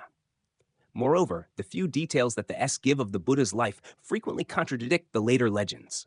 His practices in past lives did not lead to awakening, versus practicing as a bodhisattva for an incalculable period. In past lives, he had no notion of being a bodhisattva versus taking the bodhisattva vow under the mythological Buddha Dipankara, an incalculable long time ago. He left home, motivated by seeing the danger in human violence and social disturbance, and to seek freedom from suffering and death, versus becoming a bodhisattva out of compassion. He left home while his parents were crying, versus leaving in the middle of the night while his family was asleep. Siddhartha is a bodhisattva only after leaving home to become an ascetic versus being a bodhisattva for an incalculable period of time. Struggled in meditation versus smooth progress. Practiced austerities due to wrong view versus practiced them to show the world his perseverance and endeavor. No mention of compassion as motivation until after awakening versus compassion being the motivation for becoming a bodhisattva. The Buddha walked from Bodh Gaya to Benares to start teaching versus going to Benares in half a day, implying the use of psychic powers. Sakya being a small republic subject to Kosala versus Sakya being a kingdom with the Bodhisattva's father as king, and Kapilavatthu as the enormous and magnificent capital. The Buddha attained awakening versus the Buddha attained omniscience. Again, such details could easily have been removed from the S. That they were kept despite the contradictions with other Buddhist texts again shows the conservatism of the Sangha in keeping the S as unchanged as possible. Supernorm e-ements. Supernormal elements. The supernormal aspects of the S can be explained as due partly to the worldview integral to doctrine, and partly to editorial decisions made to enhance the relative prestige of Buddhism. From the perspective of a modern reader, the S may seem to contain a number of supernatural elements that diminish the historical value of the whole genre. Stephen Collins comments, in the texts of the Pali Canon, the Buddha is very frequently depicted as interacting with gods and other supernaturals, often giving them doctrinal talks. Many modern historians, who of course must be professionally at the very least agnostic about the existence of supernaturals, assume that one can ignore the nature of the Buddha's interlocutors, but still accept what he is depicted as saying as evidence of his ideas. But if later generations could invent gods for the Buddha to talk to, they could also invent what he said to them. We have no way of distinguishing between transmission and invention.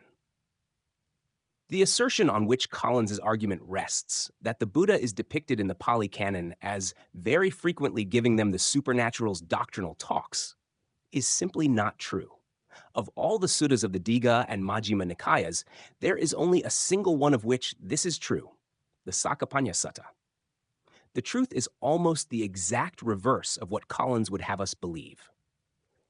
Apart from the significant evidence from the Digha and Majjhima Nikayas, an analysis of one of the main sections of the canon that deals with supernormal beings, the Sagathavagga of the Samyutta Nikaya, shows that they are almost exclusively confined to circumstantial material found in the narrative sections. The Sagathavagga contains over suttas in which the Buddha is seen in conversation with divine beings. However, in only of these does the actual conversation, as opposed to the surrounding material, suggest that one of the parties is non-human. Further, of these are conversations with Mara. But since Mara in the S is often a name for a psychological state, it is likely that this is so in the majority, perhaps all of these cases too. This leaves us with only 6 suttas out of more than. But even this number does not give a fair representation of the state of affairs. All of these 6 suttas consist of no more than the exchange of a few inspirational verses. They either lack doctrinal content completely, or it is very limited. That is, we are probably not dealing with the sort of core doctrinal material that might be considered untouchable. The notion that discussions between the Buddha and supernormal beings are rare or absent is also implied by a passage in the Mahaparinibbana Sutta.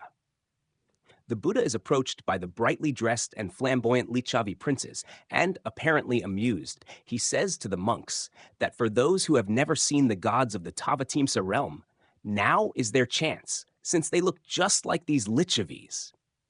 If the gods were visiting the Buddha regularly, filling the entire monastery with radiance, as the stock passage describes it, the monks could hardly have avoided noticing this. This quick survey does not cover all the suttas in the Pali Canon in which the Buddha is seen conversing with supernormal beings, but it probably comprises the vast majority of them. What we find, then, is that supernormal beings are no more than peripheral, and mostly mentioned either in stories or in the narrative material that surrounds the core doctrinal content. In other words, whatever enhancement the S underwent at the hands of redactors was limited to the circumstantial material and did not affect the core message of the Buddha's teaching. We do not mean to deny that the suttas express a worldview in which supernormal phenomena are a part. Indeed, it is likely that this very worldview was partly responsible for the inclusion of such material in the narrative sections. That, and the prestige that this may have given the suttas in the eyes of the intended audience, is sufficient to explain why it is there. There is no good reason for thinking that the existence of these elements shows that the transmission of the core doctrinal content has been unreliable. Regardless of the actual status of supernormal beings, powers, or events in the life of the Buddha, the argument by Collins is of a peculiar sort. He moves from saying that later generations could have invented the Buddha's statements, a straw man argument, since no one disputes something so obviously true, to the general assertion that we have no way to distinguish transmission from invention. As we have shown throughout this essay, there are, in fact, many ways of distinguishing invention from transmission. Moreover, these are little different from the kinds of ordinary distinctions that we make in all forms of discourse. For example, consider the frequent evocations of God by American politicians. Do we assume that, if we are professionally agnostic towards the existence of a creator deity, we have no grounds for knowing whether any statements by that politician are true? Of course not. We take their religious beliefs as religious beliefs and do not expect to find hard evidence for them. And we evaluate their factual claims by reference to knowable facts, just as we would do for anyone else. Yet instead of making this sort of basic distinction, Collins sees the mention of supernormal elements as a reason for dismissing the suttas outright, so that the very possibility of clearer understanding is denied. The proper course of a careful investigator, rather, would be to consider the nature and form of the supernormal elements and to clarify the roles that they play within the literature. Structure. The structure of the Samyutta. The Samyutta is structured in such a way as to appear to be the original canonical collection of central doctrines. The suttas emphasize the centrality of teachings, such as the Four Noble Truths, dependent origination, and the Bodhipakkhya Dhammas. The early community recited and memorized such teachings, organizing them into the ancestor of today's samyuktas. The samyutta as a whole is shaped after the pattern of the broadest of all the teaching frameworks, the Four Noble Truths. The Samyutta Nikaya Agama collects suttas by topic, and those topics neatly represent the Four Noble Truths: the aggregates, senses, and elements under the truth of suffering, dependent origination under the truths of origination and cessation, and the subject of mental development under the truth of the path. If the Samyutta Nikaya Agama is the earliest collection of suttas, as suggested by noted scholars such as Yin Shun, from which the other Nikaya's agamas evolved, then the Samyutta structure may be a literal implementation of Sariputta's statement that all good teachings are included in the Four Noble Truths. The Samyutta structure also closely relates to the Bodhipakkhya Dhammas, which make up most of the last section of this work, that dealing with the path. In several places, the suttas present the Bodhipakkhya Dhammas as being a summary or the essence of the Buddha's teachings, and the Buddha exhorts the Sangha to keep an accurate memory of them. That the content of the collection in this way is reflected in its structure is another indication that the Samyutta Samyuktas are an integrated whole stemming from a single source. Finally, it has also been proposed that the first three of the Angas should be identified with the Proto-Samyutta, based on a statement by Asanga, and on the pattern of distribution of texts within these collections. This would mean that the first three Angas formed a substructure within the Proto-Samyutta. If this is correct, then we can discern the earliest form of a Buddhist canon before the current organization of texts into Nikayas, Agamas. Fractal structure. The suttas possess a strongly fractal structure, that is, they are self-similar at different levels. Such structures are characteristic of organic growth, not of artificial construction. A fractal is a mathematical set that generates an object or pattern that is self-similar, that is, exactly or approximately similar at all scales. Unlike normal geometric patterns, fractals retain detail no matter how small the scale is. Both the content and the form of the suttas exhibit fractal characteristics. The best example in terms of content is the Four Noble Truths. These may be expressed at the smallest level of linguistic meaning, the word, dukkha, samudaya, nirodha, magga. Each of these terms may be expanded indefinitely, thus displaying an ever-increasing amount of detail. At its largest scale, the Four Noble Truths form the structure of the Samyutta Nikaya and encompass all good teachings, that is, the Dhamma as a whole. Likewise, the formal linguistic features of the suttas exhibit fractal features. An example is the use of repetition. These occur at the level of the word, the sentence, the paragraph, the passage, the text, and the group of texts. The resemblance to fractals is not coincidental. A fractal is formed through the recursive iteration of a simple operation. This is analogous to the manner in which complex Dhamma analyses are produced through repeated questioning of the previous statement. Moreover, a crucial benefit of such fractal patterns is that they are compressible. It is possible to learn the essence of the Dhamma in a few words, and all expansions exemplify the same pattern. Such patterns are frequently observed in nature and are an outstanding feature of organic as opposed to artificial growth. The fractal features of the suttas, therefore, suggest that they also grew organically and holistically, not through the artificial bolting together of elements from different origins. The most obvious way that this would have happened is through a gradual expansion in details and contexts of the earliest teachings. The initial impetus for teaching may have been a particular insight, but an insight that allowed virtually endless variations and expansions in its exposition. This differs from non-Sutta Buddhist literature, where we frequently see early elements juxtaposed with entirely different formulations. Archaeology. Overview.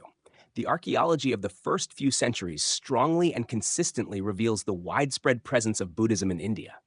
Towns, cities, and other sites described in the suttas have, for the most part, been identified through archaeological excavations. Some of the findings go back to the time of Asoka, or even before. Significantly, most of the sites were discovered and understood with the aid of the texts, but the sites themselves have generally provided independent evidence of their identity. The paucity of archaeological evidence for the period before Asoka is due to the fact that buildings were constructed of mud and timber, and because the Mauryan period marks the beginning of the script and picture age in Indian archaeology.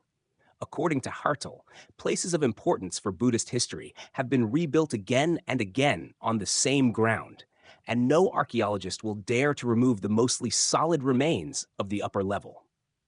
He concludes that the hope to recover the original structures and ruins of a town or habitation of the time of the Buddha, let us say Kapilavastu, is almost zero. This, then, would seem to be the reason for the very limited pre-Mauryan archaeological finds. Asokan edicts. Asoka's edicts reveal the presence of Buddhism as a major religious movement across India, less than 2 centuries after the Buddha.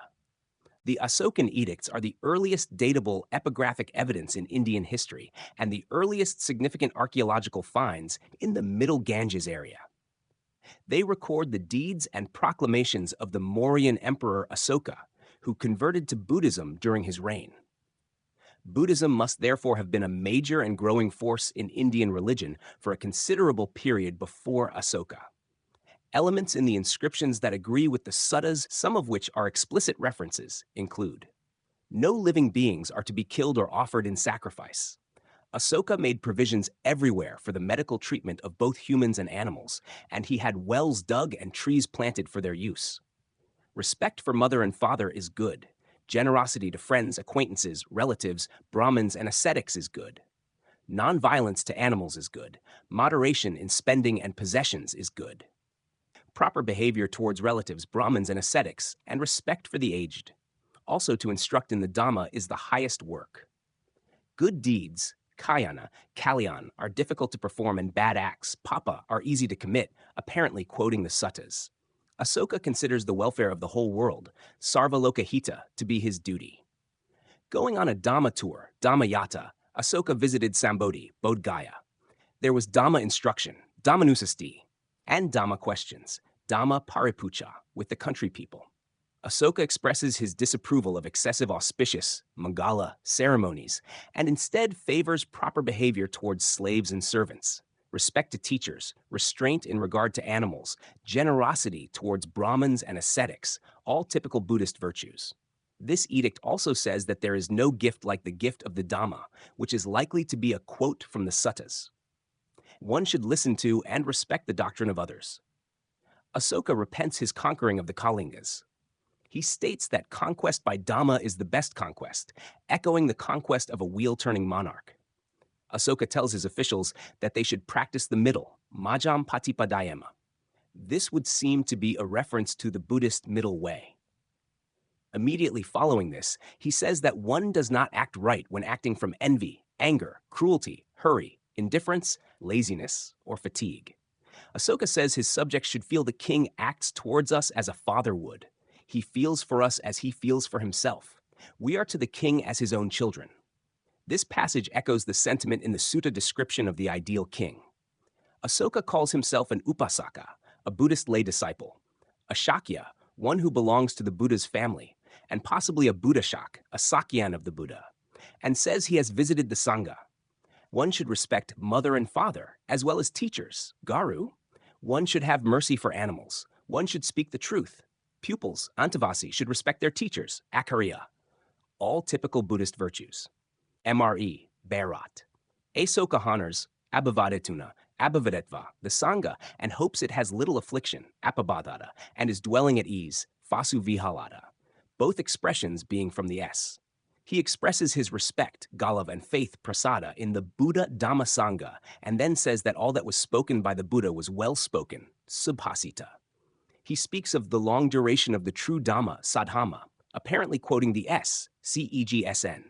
He then lists a number of Buddhist texts, Dhamma Paliyaya, as recommended study curriculum, Vinaya Samakasa, Aliyya Vasani, Anagatabayani, Moniya Sutta, Upatisa Pasina, Lagulovada. The last of these is specifically said to concern lying, which is also the subject matter of this sutta in the S. There is some disagreement among scholars as to the exact identity of some of these, since Buddhist texts frequently go by various titles. There is, however, no question of having to seek outside the S to find them. This edict also uses the following terminology: bhikkhu, bhikkhuni, upasaka, and upasa, and the Buddha is called Bhagavat, P.E. Dhamma consists of doing few bad deeds, many good deeds, being compassionate, generous, truthful, and pure.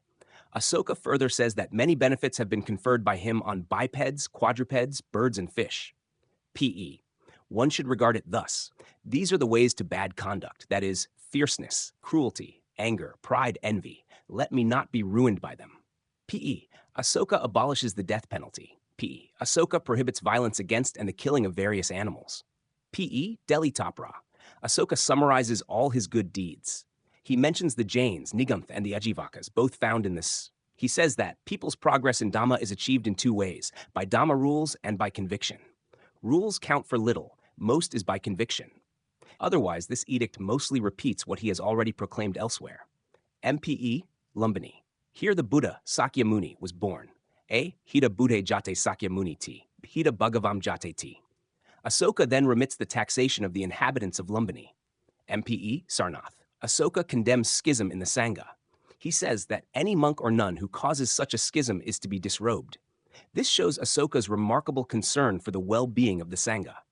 A variety of specialist terms are employed. Bhikkhu Sangha, Bhikkhuni Sangha, Sasana, Upasaka, Anupasatha, Sangha Beda, Sangha Samaga, Sanchi version, Silathidika, Sanchi.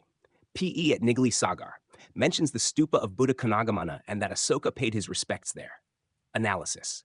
Gombrich makes the point that Asoka, like the Buddha, used current terminology in new ways, thereby turning worldly pursuits into Dhamma pursuits, all of which have strong Buddhist overtones. Perhaps Asoka was imitating the Buddha. Although much of the content of the Asokan edicts is not specifically Buddhist, the overall tenor is Buddhist. For example, many of the virtues listed above are similar in substance and detail to those of the S.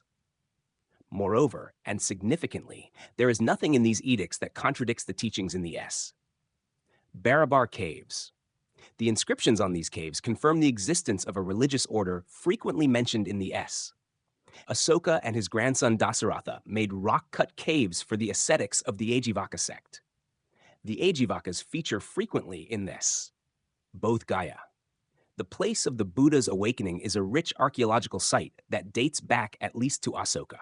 According to Hertel, the Vajrasana, the diamond seat, meant to mark the spot where the Buddha attained awakening, is likely to be the oldest archaeological relic at Bodh Gaya and is dated to the time of Asoka. The artwork on the railings at Bodh Gaya seem to be from the century. It is more rudimentary than that in other locations. The scenes depicted are given in less detail, and thus they are often hard to identify. Nevertheless, some of the artwork can clearly be identified as Buddhist. For instance, the lotus, an important early Buddhist symbol that often refers to the Buddha's birth, features frequently. Other Buddhist motifs are as follows. From the EBTs, first meditation, first teaching, symbolized by the Dhammacakka, Indra's visit, Parinibbana, symbolized by stupa. From non-EBTs, grass-cutter's gift, wonder of parting the water and walking on dry ground, return to Kapilavatthu, gift of Jetavana, homage to Buddha by Parlayaka elephant, a dozen jatakas. Dir Kothar. Dir Kothar, or Dior Kothar, a little-known Buddhist site, is one of the oldest sources of material evidence for Buddhism. This Buddhist monument contains some of the earliest stupas, and it includes Asokan-era writing, rock shelters, simple art, an Asokan pillar, and northern black polished ware. It probably stems from the beginnings of Buddhist popular monuments. Mishra suggests the century, which were greatly advanced by the time of Barhut, about a century later. The use of mainly abstract motifs is congruent with the S, in which there is little concrete narrative, but much abstract teaching. Simple lotuses appear, lacking the sophisticated design of later times. The monument was discovered by surveying the landscape of a large area that, according to a number of sources, had, in ancient times, been within the sphere of Buddhist influence, and where a monument would thus be expected, but had not yet been discovered. That the location of monuments could be predicted in this way suggests that Buddhism was well established in this whole region by the time of Asoka. The monument contains two Brahmi inscriptions that appear to connect donors of the Bahushrutia school directly to the Buddha through teacher-student lineages. These inscriptions include Buddhist terms such as Bhagavat, Buddha, Upasaka, Acharya, and Adivasi equals Antivasi. The inscriptions are damaged, and full reconstruction is not possible. However, insofar as the reconstruction allows, they go back to the Buddha into generations. This shows that the Buddha was regarded as a historical person who lived a couple of centuries prior to the inscriptions. Moreover, it shows the Buddha as the originator of the lineage, and therefore as the source of Buddhism. Barhut. Barhut is a major archaeological site that attests to Buddhism as a major, well-established Indian religion from the time of Asoka. This stupa was begun by Asoka, although most of what we can now see is dated to the Sungha dynasty in 2nd and early 1st century. It includes many Buddhist images and references. Representations of the Buddha are aniconic. Many details from them are depicted or mentioned in inscriptions, including Buddhas, Buddha Gautama and all 5 past Buddhas of the are mentioned, but none other. Sakamuni, Kassapa, Kanagamana, Kanagamana, Vipassi, Vesabu, Kakusada. People Ajatasattu, Raja Pasanaji Kosalo equals King Pasenadi of Kosala, Digadapasi, Digapasi. Places, Kosambi, Pataliputra, Sudama Devasabha, Sudama Hall of the Gods, Vijayanta Pasada, Vijayanta Palace, Idasala Guha equals Cave Hall of Indra. Scenes from the Buddha's life, awakening, first discourse, Indra's visit, worship by King Ajatasattu, passing away. Particularly interesting is a pillar that depicts and labels several scenes from the Mahaparinibbana Sutta. This suggests a familiarity with this discourse, which therefore must have existed. Text reciters Sutantika, Pamcha Nekayika. Technical terms, Amtavasi, Aramika, Avasika, Batudesaka, Navakamika, Upadan. Divine beings, Ajakalako, equal Ajaklapaka, Arapado Najaraja, Arakapada, king of Nagas. Kuparo equals Kuvera, also known as Vesavana. Muchalido Nagaraja, Mukalinda, king of Nagas. Suchaloma, Sudavasadevas, Vipapasiddhi, Virudako, Virulhaka. Plants, Bodhi tree of Gautama Buddha. For Vesabhu, this is specified as a sal tree, for Kanagamana as an Udumbara tree, for Kakusanda as a Sirisha tree, and for Kassapa as a Nyagrod tree, all as in DN. Only the tree of Buddha Vipassi does not fit with the description, which specifies the Patali tree. Instead, it is given as the Asoka tree, as in the Mahamayari, a later Buddhist work. Assemblies, Jatilasab, Devasabha. Things, Dhamma wheel, Buddha's footprint. Acts, frequent mention of donations, dana. Bhikkhunis, mentioned 16 times as donors. Shortly after Asoka, we thus find references to collections of scripture. See also section Sanchi below, to individual scriptures contained therein. See section Asokan edicts, and to many people, places, ideas, and objects familiar from the. This is not just true of generalities, but also sometimes of details. According to Luders, the visit of Ajatasattu to the Buddha is depicted even in details exactly according to the Samannaphala Sutta, and the representation of the visit of Saka to the Buddha follows the text of the Sakapanya Sutta. This suggests that the must have existed at this time. There is further evidence to suggest that they were considerably earlier. Barhut's early detailed Buddhist images and inscriptions depict a context later than that of the Arsharan, and familiar from Buddhist literature, such as the developed Buddha legends and Nanjakas. Since such literature inherits and builds on this shows that they had been extant and influential for a considerable period of time prior to Barhut. Such non-details include Buddha legend, Maya's dream, depicting the conception of the Bodhisattva as the descent of an elephant, childhood contest, Prince Siddhartha leaving Kapilavatthu on his horse Kantaka, whose feet are upheld by 4 yakas, cutting of the Buddha-to-be's hair, worship by Paralayaka elephants, visit of Naga Arakata. Jatakas, about 40 in all, of which 16 are mentioned by name, while others just appear in image. Some are still unidentified. Relic worship and stupa worship. Purchase of Jetavana. Sankika, Sankasa ladder, the Buddha's descent from Tavatimsa heaven.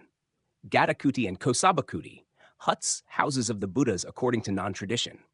Patasamdi, an Abhidhamma term that refers to rebirth. Sanchi.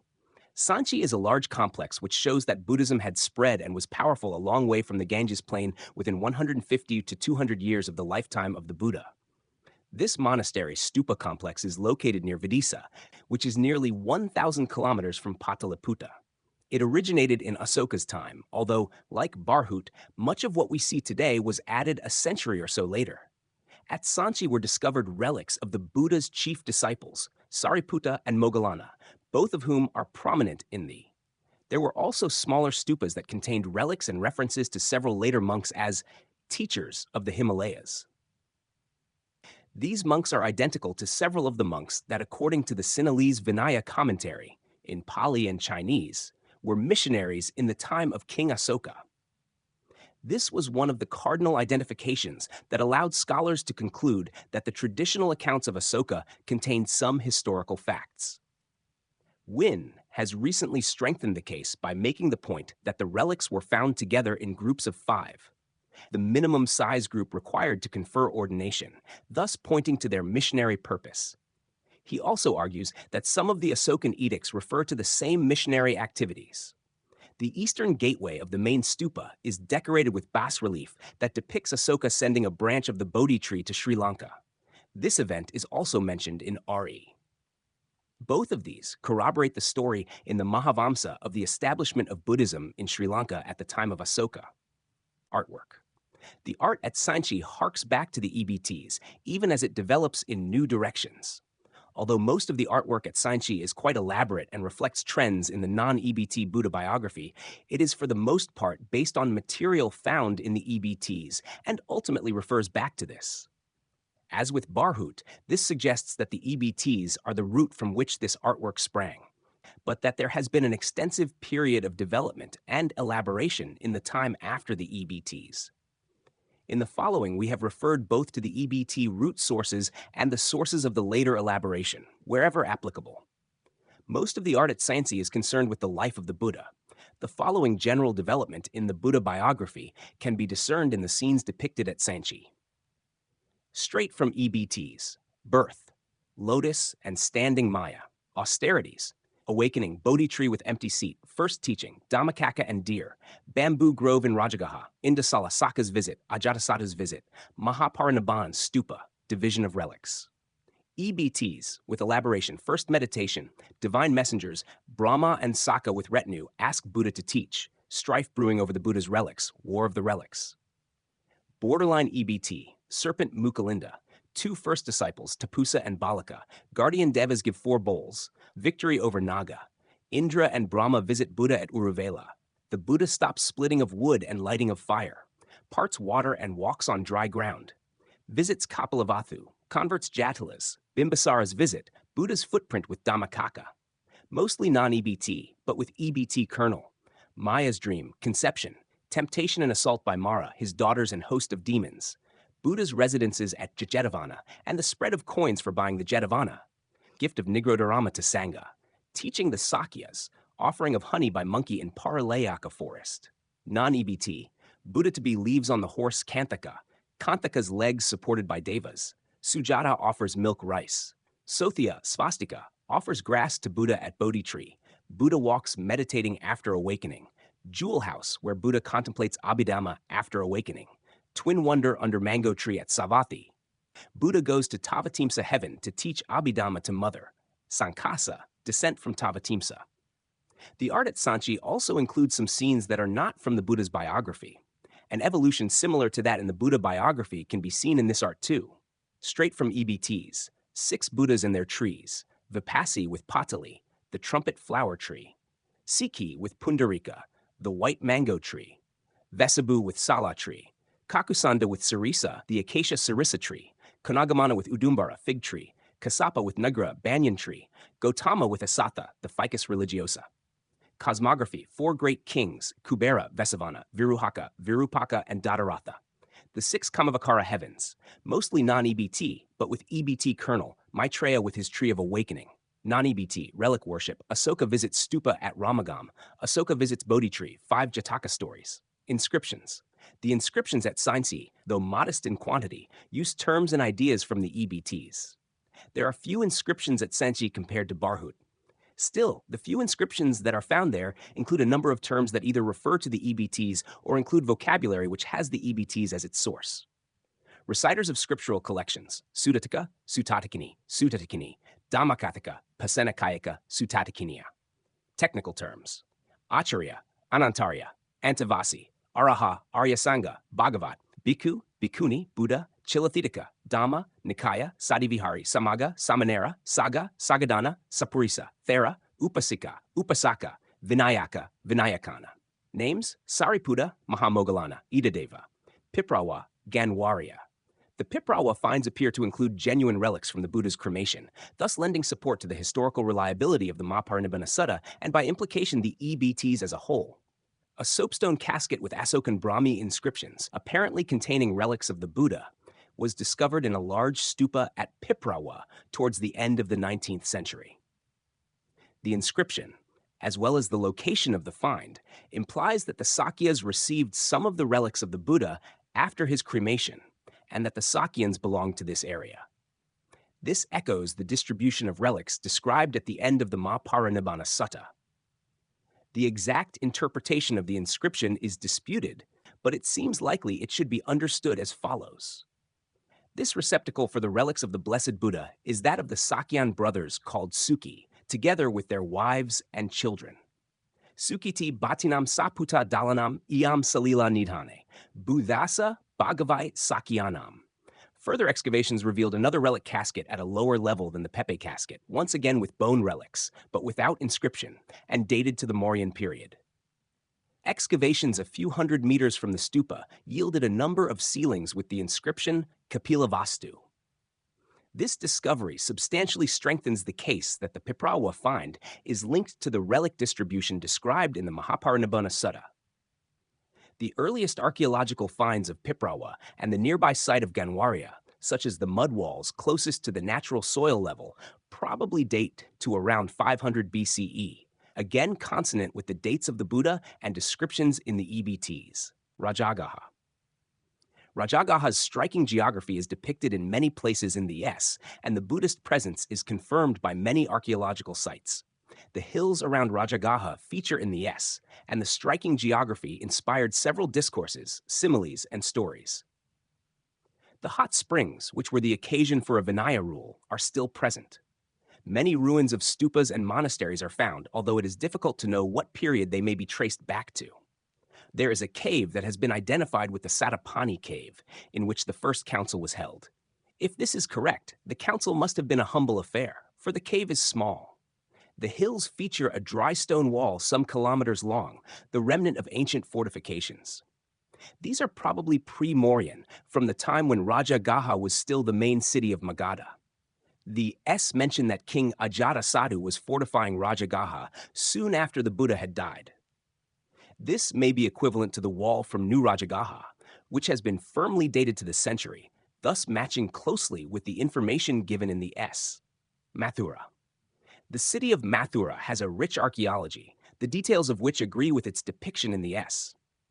Mathura appears in the archaeological record as a major center of Buddhism from around. The stone artwork has a characteristic Mathuran style, which suggests a period of development in perishable materials during an earlier unattested artistic culture. Prior to this, we have some traces of mud brick walls from the century, and earlier than that only some northern black polished ware, terracotta, and metal items. In the time of the Buddha, therefore, Mathura was probably a minor trading town. This agrees with the depiction of Mathura in the S, where Mathura is described as having 5 drawbacks.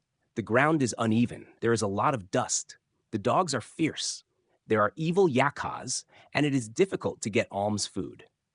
The growth of Mathura from a dusty town to a prosperous city agrees with, and which are set after the time of the Buddha.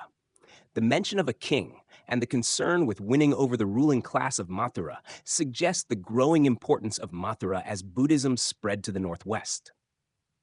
Other Mauryan excavations. Many other excavations have confirmed the existence, around the lifetime of the Buddha, of places that are mentioned in the S. In addition to the above, Asokan-era Buddhist remains have been discovered at all of the most important locations mentioned in the S, and also at many lesser locations, such as Kapilavatthu, Kosambi, Kusinara, Lumbini, Nalanda, Patalagama, Pataliputra, Patna, Pava, Ramagama, Sarnath, Savatthi, including the Jetavana and Vesali. At Savatthi, archaeological excavations have established that the ancient town goes back at least to the middle of the century. Regarding Vesali, Hartel dates the earliest habitation to around. At Kosambi, a stone slab from the Kusana period, century, with the inscription Gositarama Vihara links this find to the S. Archaeological excavations at Kosambi have unearthed fortifications dating to as early as the century. Again, this fits with the dating of the Buddha to the century and the mention of Kosambi in the S. In general, there is a remarkable correspondence between the archaeological record and the main towns of the Middle Ganges Plain, as described in the S. Bronkhorst says, Erdős recalls that Buddhist tradition recognizes 6 cities of outstanding importance, which would have been fit to receive the mortal remains of the Buddha: Kampa, Kasi, Shravasti, Kausambi, Rajagra, and Saketa, and points out that the first 5 of these correspond to the earliest urban centers reconstructed from archaeological evidence, omitting only Ujjain. South Indian art and inscriptions. The archaeology of South India confirms the spread of Buddhism and Aryan culture subsequent to the Asokan period. Amaravati, a major Buddhist site in Andhra Pradesh, attests to the spread of Buddhism to the south shortly after Asoka. It has been estimated that the earliest Buddhist art at Amaravati stems from the 2nd or even 3rd century BCE. It shares the aniconic features and workmanship of early North Indian Buddhist art. According to the Chinese pilgrim Xuanzang, who visited South India in the century, there was a monastery built by Mahinda, Asoka's son, in the Pandyan country, which is close to Sri Lanka. Thus, there is an ancient tradition that Buddhism arrived in South India in the Asokan period. The fact that Buddhism was well established in the south of India at such an early period attests to a movement that had already been in existence for a considerable period of time. Northern Black Polished Ware culture. The culture characterized by pottery known as Northern Black Polished Ware, NBPW, spans the same region at the same time as the Nikayas. The sparse archaeological finds in the period from around BCE to the Mauryan era are characterized as the Northern Black Polished Ware, NBPW culture, named after the glazed pottery common to this era. The cultural complex of this time also includes iron and the gradual introduction of burnt brick and coinage. It is likely that Magadha's rise to power was connected to iron ore mines south of Rajagaha, the iron from which could be used for weapons and tools. The furnaces used to prepare the iron may have been instrumental in the production of NBPW. At the very least, the simultaneous appearance of iron and new forms of pottery attest to a development in the control of fire. The use of iron is widely attested in the Nikayas and, to a lesser extent, also the use of coins. Burnt bricks, however, are only attested in the Vibhanga and Kandakas of the Vinaya, which are generally later than the Nikayas. The geographical distribution of the NBPW culture is, apart from the outlier of Amaravati, similar to the geographical area known to the Nikayas, although the NBPW culture is found over a slightly wider area due to its prevalence until the Asokan period. This confirms that, despite the political divisions, this region was a relatively unified culture in this period, which again is consonant with the Nikayas. The small scale and low level of urbanization found in the NBPW culture also agree with the Nikayas, which do not contain descriptions of large cities. Development of Buddhism. Changes in Buddhism can be traced in many areas over a long period and show a consistent arc of development that is consistent with the kinds of developments seen in other religions. Earlier and later texts can be distinguished because the later ones contain developments not found in the earlier texts. At the same time, the later texts refer to the earlier texts and assume their existence. Without the earlier texts, the later ones do not make sense, whereas the Nikayas are independent of later developments. First Council. All early schools for which records are still available have a memory of how the Nikayas were recited and systematized soon after the Buddha's passing away. The First Council is recorded in the Vinaya of all schools whose texts are available. While they differ on details, each implying that it was their own version of the canon that was recited, they all agree that the business of the council was to recite the Nikayas. These Vinaya accounts of the First Council all contain details about which suttas and which parts of the Vinaya were recited, showing that the Nikayas existed in some form in all these schools. Certain Vinayas, the Dharmaguptaka, the Sarvastavada, the Mula Sarvastavada, and the Vinaya Matrix Sutra, also add the Abhidhamma, although the Pali, Mahashangika, and Maheshasaka Vinayas notably omit any mention of the Abhidhamma. This is significant, as the Abhidhamma was a vital part of Theravada's self-identity, and despite this omission, later generations came to accept that it was spoken by the Buddha. Rather than make a simple addition to their canonical text, the Theravadins preferred to authenticate the Abhidhamma through a legend of the Buddha visiting his mother in heaven and teaching her there. They also used the simple expedient of including the Abhidhamma in the flexible and expanding content of the Khuddaka Nikaya. Thus, they developed and expanded their understanding of the Buddha's teachings, but through interpretation and later legends, not by altering the Nikayas. Second Council. A century after the Buddha, there was a second council, also attested in all Vinayas, which confirms that the community had remained united and underlines the conservative attitude towards the teachings. The second council, years after the Parinibbana, was convened to decide whether certain practices taken up by certain bhikkhus were in line with the Vinaya.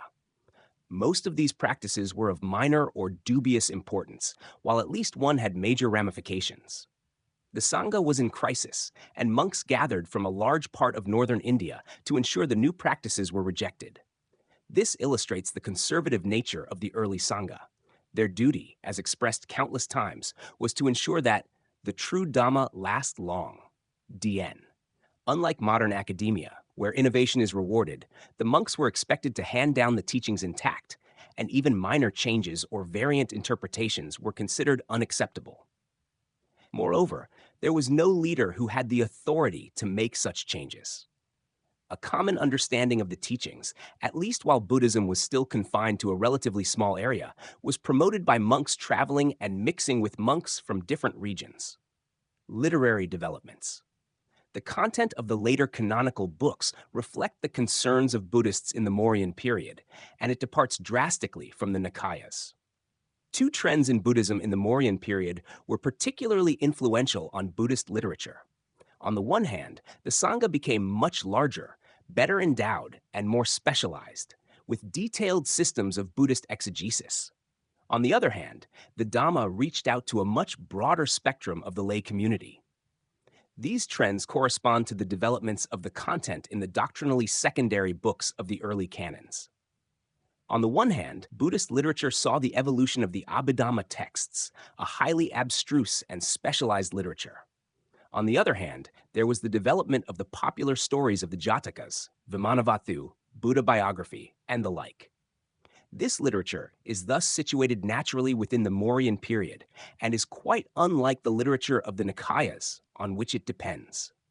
Within the Pali school, the literary style of texts composed in Sri Lanka, such as the commentaries and the chronicles, is substantially different from the style of texts inherited from India. And since the new style that emerged in Sri Lanka is not encountered in the Nikayas, it would appear that the Pali Nikayas were considered closed upon their arrival on the island, that is, at the time of Asoka. Also, the absence of any mention in the Nikayas of the Buddha visiting Sri Lanka is significant. This legend, found in several early non-Nikaya sources, is an important part of the Sri Lankan sense of identity, and it would have been tempting to slip it into the Pali Nikayas. That this was not done again testifies to the conservatism of the tradition. As for Mahayana texts, although the texts themselves tell us that they were spoken by the Buddha, they clearly belong to a later literary period than the Nikayas. This is clear for both stylistic and linguistic reasons, and is agreed on by most Buddhist academics. Jakas. The Jataka literature is attested in the Mauryan period, yet it is clearly later than the Nikayas. Jatakas are depicted in several of the earliest Buddhist monuments, such as Barhut and Sansi, but they are clearly later than the Nikayas. This is despite the fact that they often depict social conditions that are earlier than the time of the Buddha, e.g. the king in Benares, and many of them must have their roots in that period. The large number of Jatakas originated over a long period, some being pre-Buddhist, and were adopted into Buddhism as it became a popular religion in the Mauryan and following eras.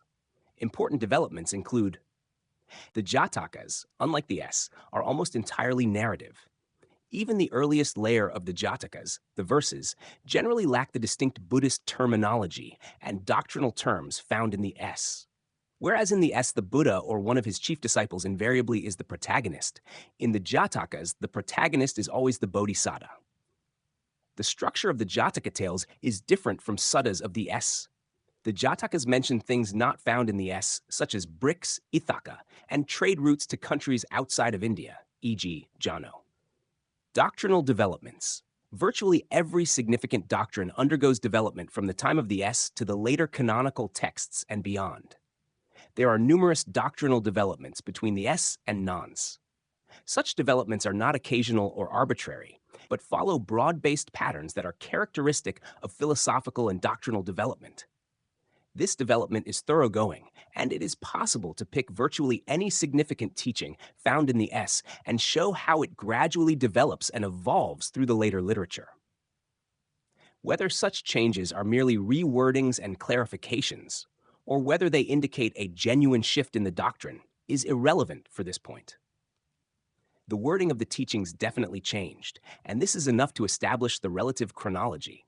Some specific examples are karma as destiny, vimana and pedavathu, transference of merit, pedavathu, elaboration on and fascination with good and bad destinations of rebirth, vimana and pedavathu, shift in attitude to jhana, especially the Abhidhamic concept of lokutara jhana, vib, dependent origination happening on an occasion, vib, emphasis on and detailed explanation of obscure doctrines in the S, e.g. the relay coaches of MN, EA, and the Kasinas, vism, increased detail and expansion in the exposition of core teachings of the S, such as the description of insight, vism, abstract teachings as opposed to applied, abhidhamma, patisambhidhammaga, systematization of dhammas, dhammasangani.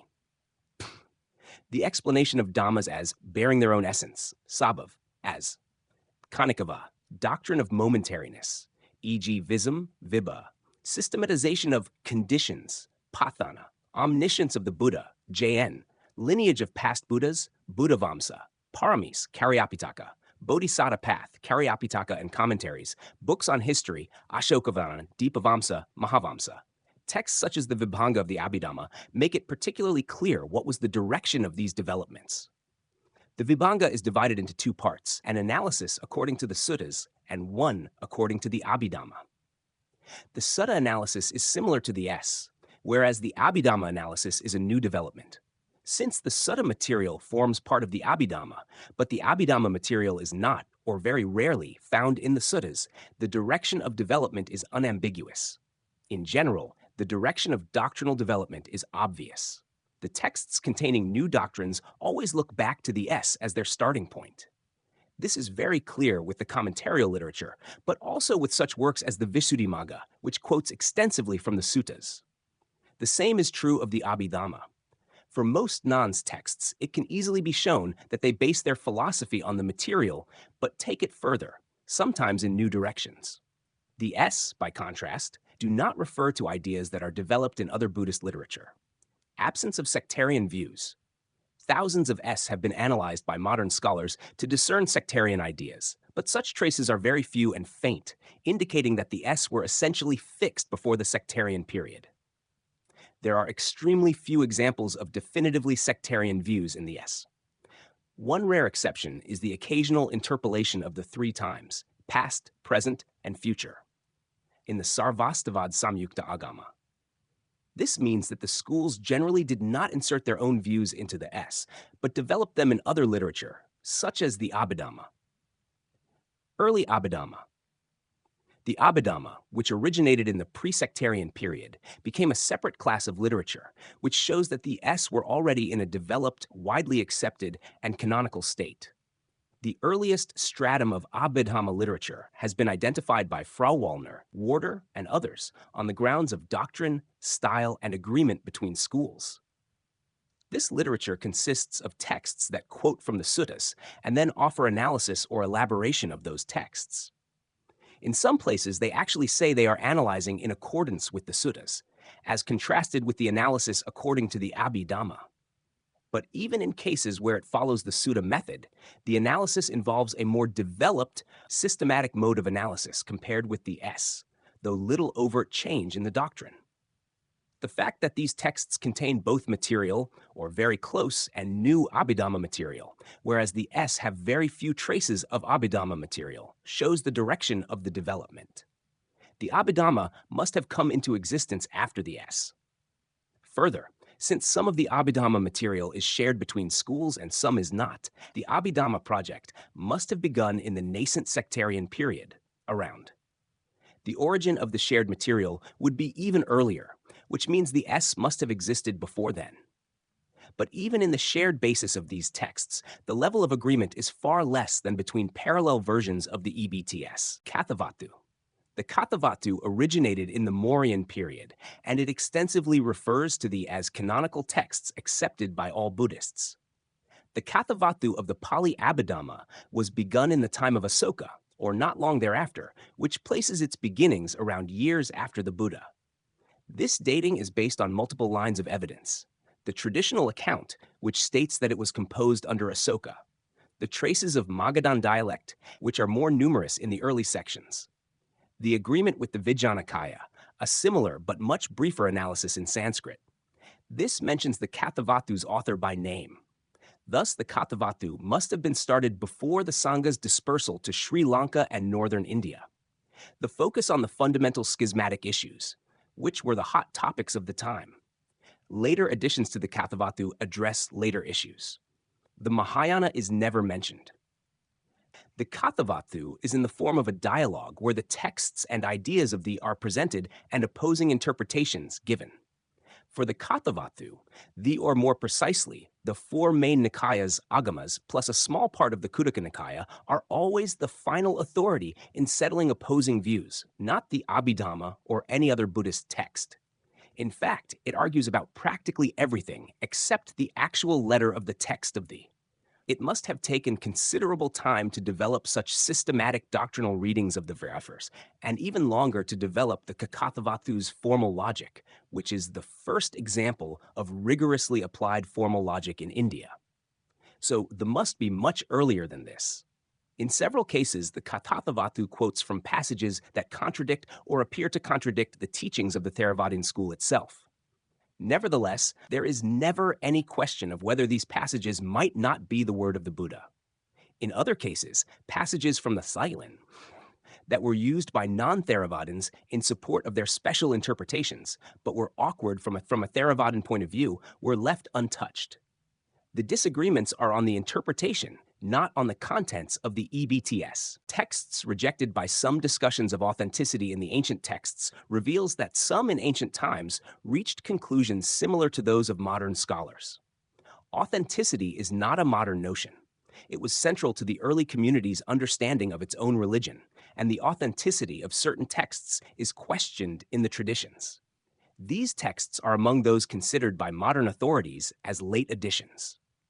Texts rejected by various schools include, according to the Sinhalese Chronicle, the Dipavamsa of Oldenburg's translation, the Mahashangika rejected the Parivara, the last book of the Pali Vinaya Pitaka, the 6 books of the Abhidhamma 6, because this is said to have occurred before the composition of the Kathavatu, the Padasambhidhammaga, the Nidasa, and some of the Jatakas. According to the Pali Abhidhamma commentary, a student was of the opinion that the Abhidhamma was not spoken by the Buddha. This was refuted based on the occurrences of the word Abhidhamma in the Vinaya. However, this shows that these parts of the Vinaya are late rather than showing that the Abhidhamma is early. Several Chinese monks around the century rejected some or all of the Mahayana sutras. Hui Tao doubted the Painkavi Visatisrika Prajaparamita Sutra. Tanlei disparaged the Lotus Sutra. Seng Yuan belittled the Mahayana Mahaparinirvana Sutra. The Sautrantikas rejected the Abhidhamma. Theoretic considerations. Scientific characteristics. The theory of authenticity has many characteristics of a scientific theory, which the theory of inauthenticity lacks. While there is no complete agreement on what constitutes a scientific theory, there are a number of well-recognized characteristics. The theory that they are authentic. Theory of authenticity fulfills these criteria, while the theory that they are inauthentic theory of inauthenticity does not. Falsifiability. They may be easily falsified. That is, it is a risky theory in Popperian terms. For example, a single epigraphic reference to a Mahayana sutra dated to the Or century would conclusively refute the extra. On the other hand, it is not easy to see how they could be falsified, even in principle, still less in practice. Such theorists argue that we do not know, or that the evidence may be incomplete, or that there may have been a systematic removal of texts. Since all empirical knowledge is uncertain, incomplete, or subject to distortion, such objections can never be finally refuted. Plasticity. A good theory is refined and improved when new evidence or arguments come to light. That has repeatedly done this. Examples include the date of the historical Buddha, whether Pali was his language, and whether the original texts were the same as the Pali, an unknown canon, or a more loosely defined body of texts. By contrast, proponents of the despite repeated criticism by experts in the field have not substantially changed or adapted their arguments. Predictive power. The has accurately predicted many subsequent developments in the field. A dramatic example is the statement by Samuel Beal in When the Vinaya and Agama collections are thoroughly examined, I can have little doubt we shall find most if not all the Pali Suttas in a Chinese form. This has been thoroughly substantiated by over 100 years of comparative studies. Another example is the archaeological discoveries by Alexander Cunningham. He did not have the Pali or other available to him, but using the Greek sources, the Hindu Puranas, and especially the work of the Chinese pilgrim Xuanzang as his guide, he was able to locate many of the sites referred to in the Pashtual. While more detailed work has necessitated subsequent revision of some of his findings, he was able to successfully map out the overall geography of ancient India. And most of his relevant identifications have been confirmed by positive archaeological identifications. A further example is the relative dating of the books of the Pali Canon by Rhys Davids, a list that has been mostly corroborated by subsequent studies. This is not just true of the overall picture, but of many details. One example is the question of the minor class of Vinaya rules, known as Dukkata. Oldenburg, based on his study of the Pali Vinaya, firmly said that this category arose only after the Buddha, because the monks would not make changes to the original classes of offenses. At the time, comparative study of the Vinaya was still in its infancy, and Oldenburg would not have known that the Mahasangika Vinaya entirely lacks the category of Dukkata, but has the term Vinayatakrama in a similar role. On the other hand, has never predicted any major discoveries. Fecundity, there has been a highly fecund theory, that is, it has resulted in multiple further developments and discoveries. These include the reconstruction of ancient Indian history, the establishment of Indian archaeology, and the historical understanding of the relations between and development of the Buddhist texts of the various schools and languages. In addition to these purely academic results, the theory has inspired a spiritual resurgence in traditional and new Buddhist cultures. By contrast, that has not resulted in any significant practical or theoretical developments. Its main impact seems to have been the disparagement of any study of early Buddhism as useless, because we don't know. This has resulted in the neglect of the field, despite the very large amount of basic work that still needs to be done, as very many early texts have never been translated or adequately studied. This sterility has impacted on a variety of related specialities, such as archaeology, philosophy, and psychology, where non-specialists have been led to believe that the authenticity of the Loakshan has been conclusively refuted, and therefore that there is no value in even trying to study them.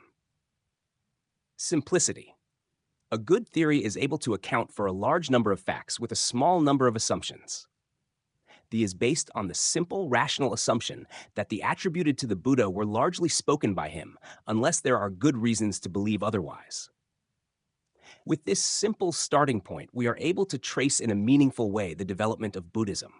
By way of comparison, it is difficult to work out exactly how the proposes to explain the existence of the Buddhist texts. Sometimes the theorists seem to imply that the texts were composed by later generations of monks, but mostly they claim the question is uncertain, which is, of course, a non-theory. Extensiveness. The encompasses a very wide range of facts known about early Buddhism, as we have demonstrated throughout. By contrast, the scholars have only considered a tiny fraction of the relevant evidence. Coherence. is internally consistent and does not violate any normal scientific or common sense principles.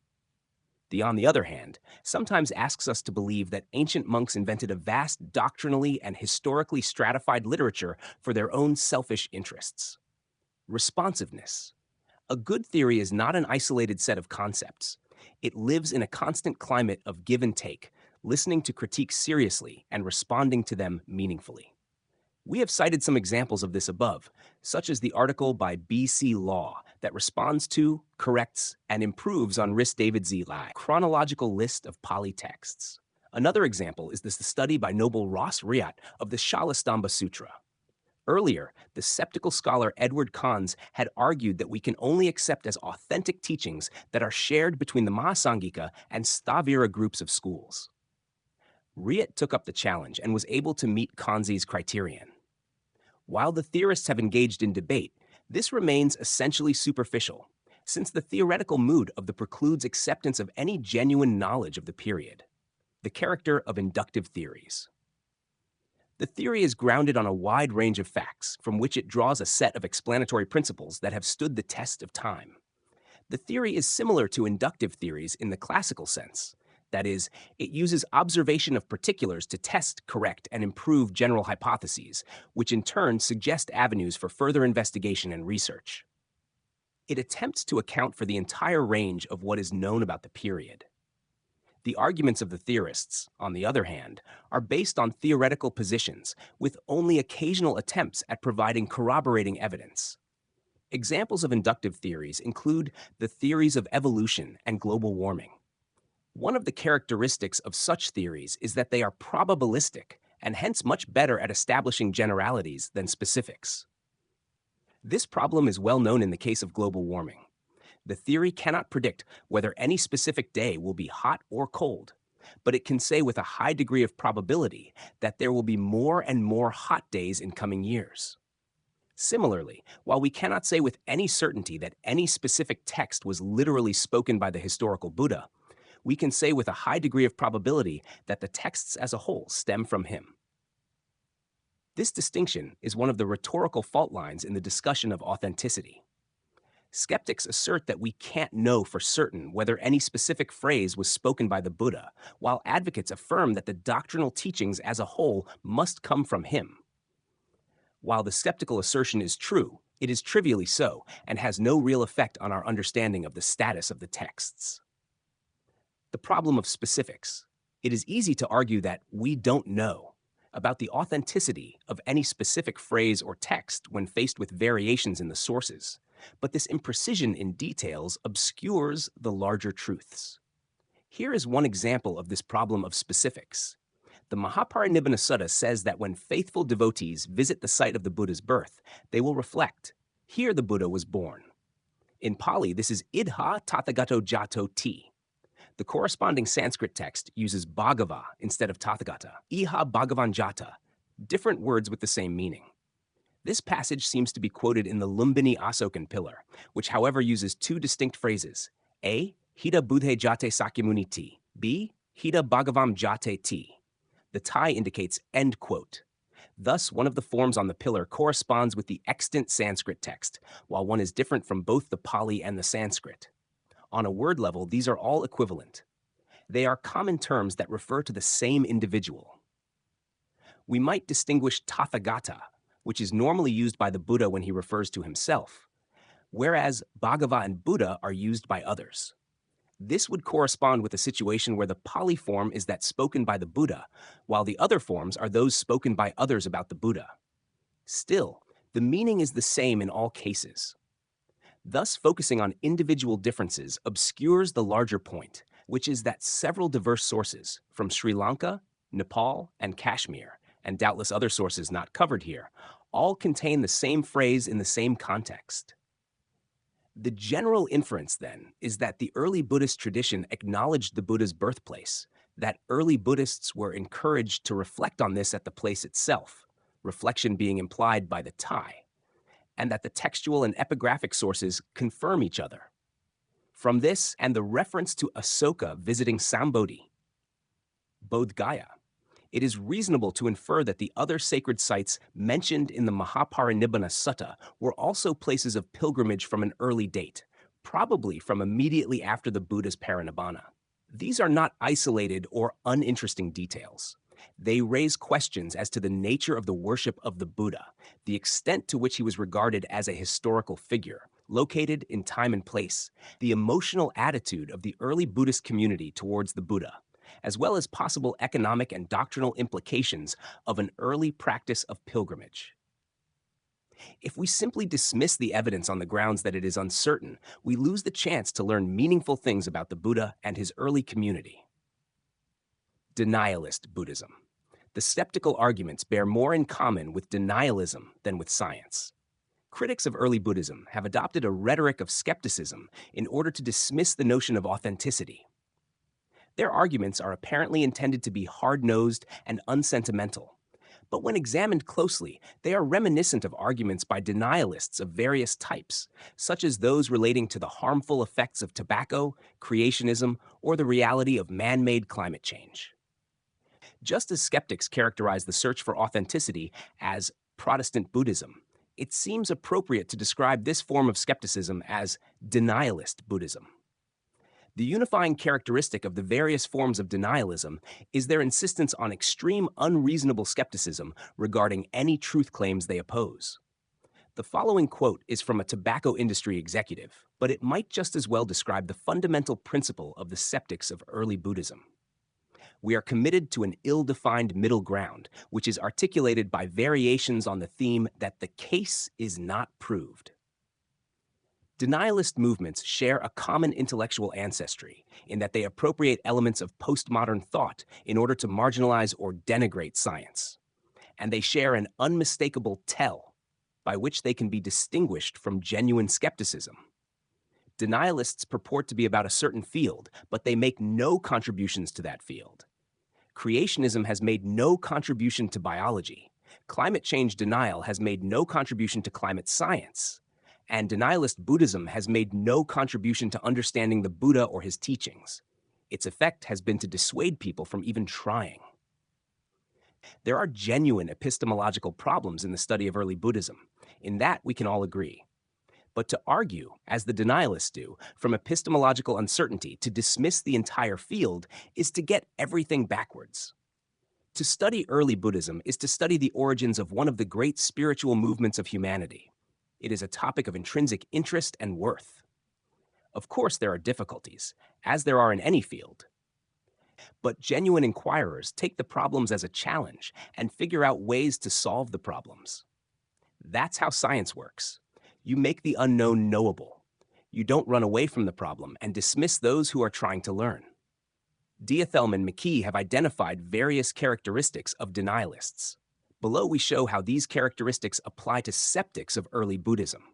For examples of the skeptical point of view, we use Gregory Chopin's Bones, Stones, and Buddhist Monks, which has probably been the single most influential book in Buddhist studies in the last generation, in some countries at least.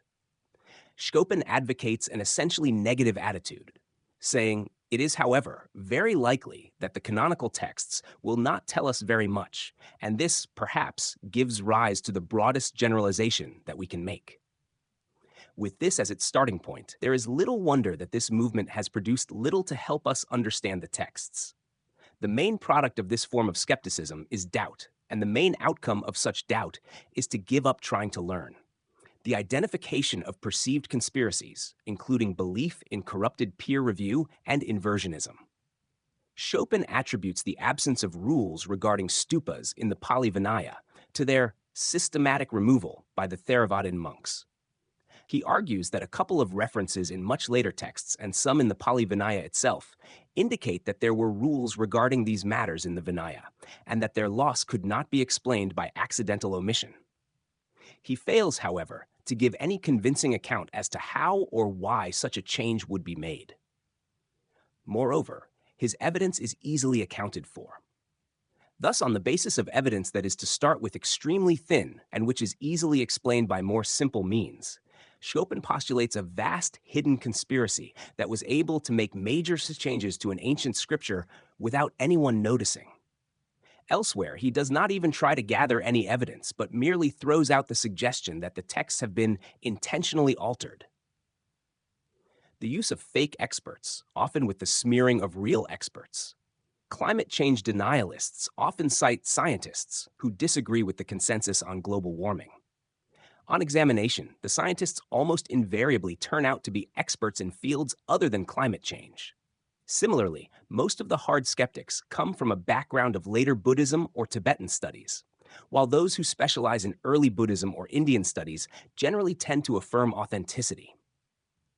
The supposed Protestant bias of early Indologists is criticized, but the denialists do not acknowledge their own biases as secularists, materialists, postmodernists, or academics. Everyone has biases.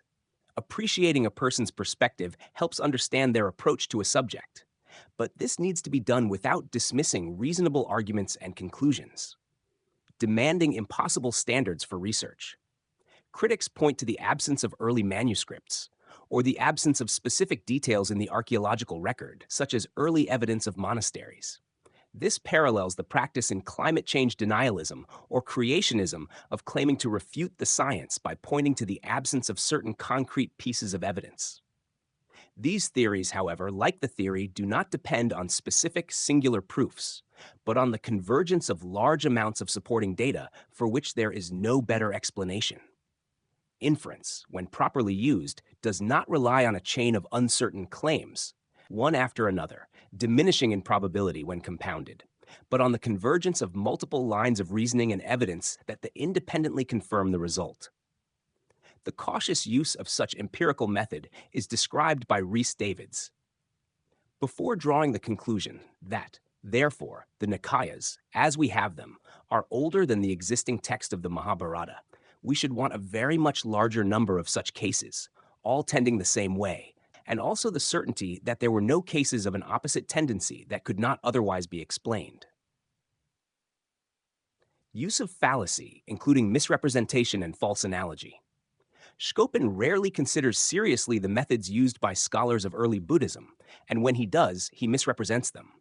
For example, he says the cardinal tenet of the higher criticism is that if all versions of a text agree, they must stem from a pre-sectarian tradition.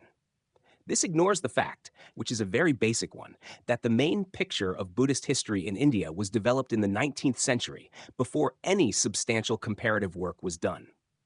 Scholars used a variety of methods, some of which we have outlined here, to arrive at conclusions that have, by and large, been confirmed by later comparative studies. We live in an era of unprecedented potential for the study of early Buddhism.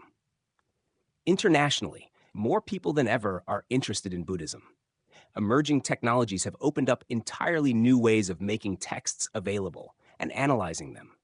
Much of the potential of the field remains virtually untouched.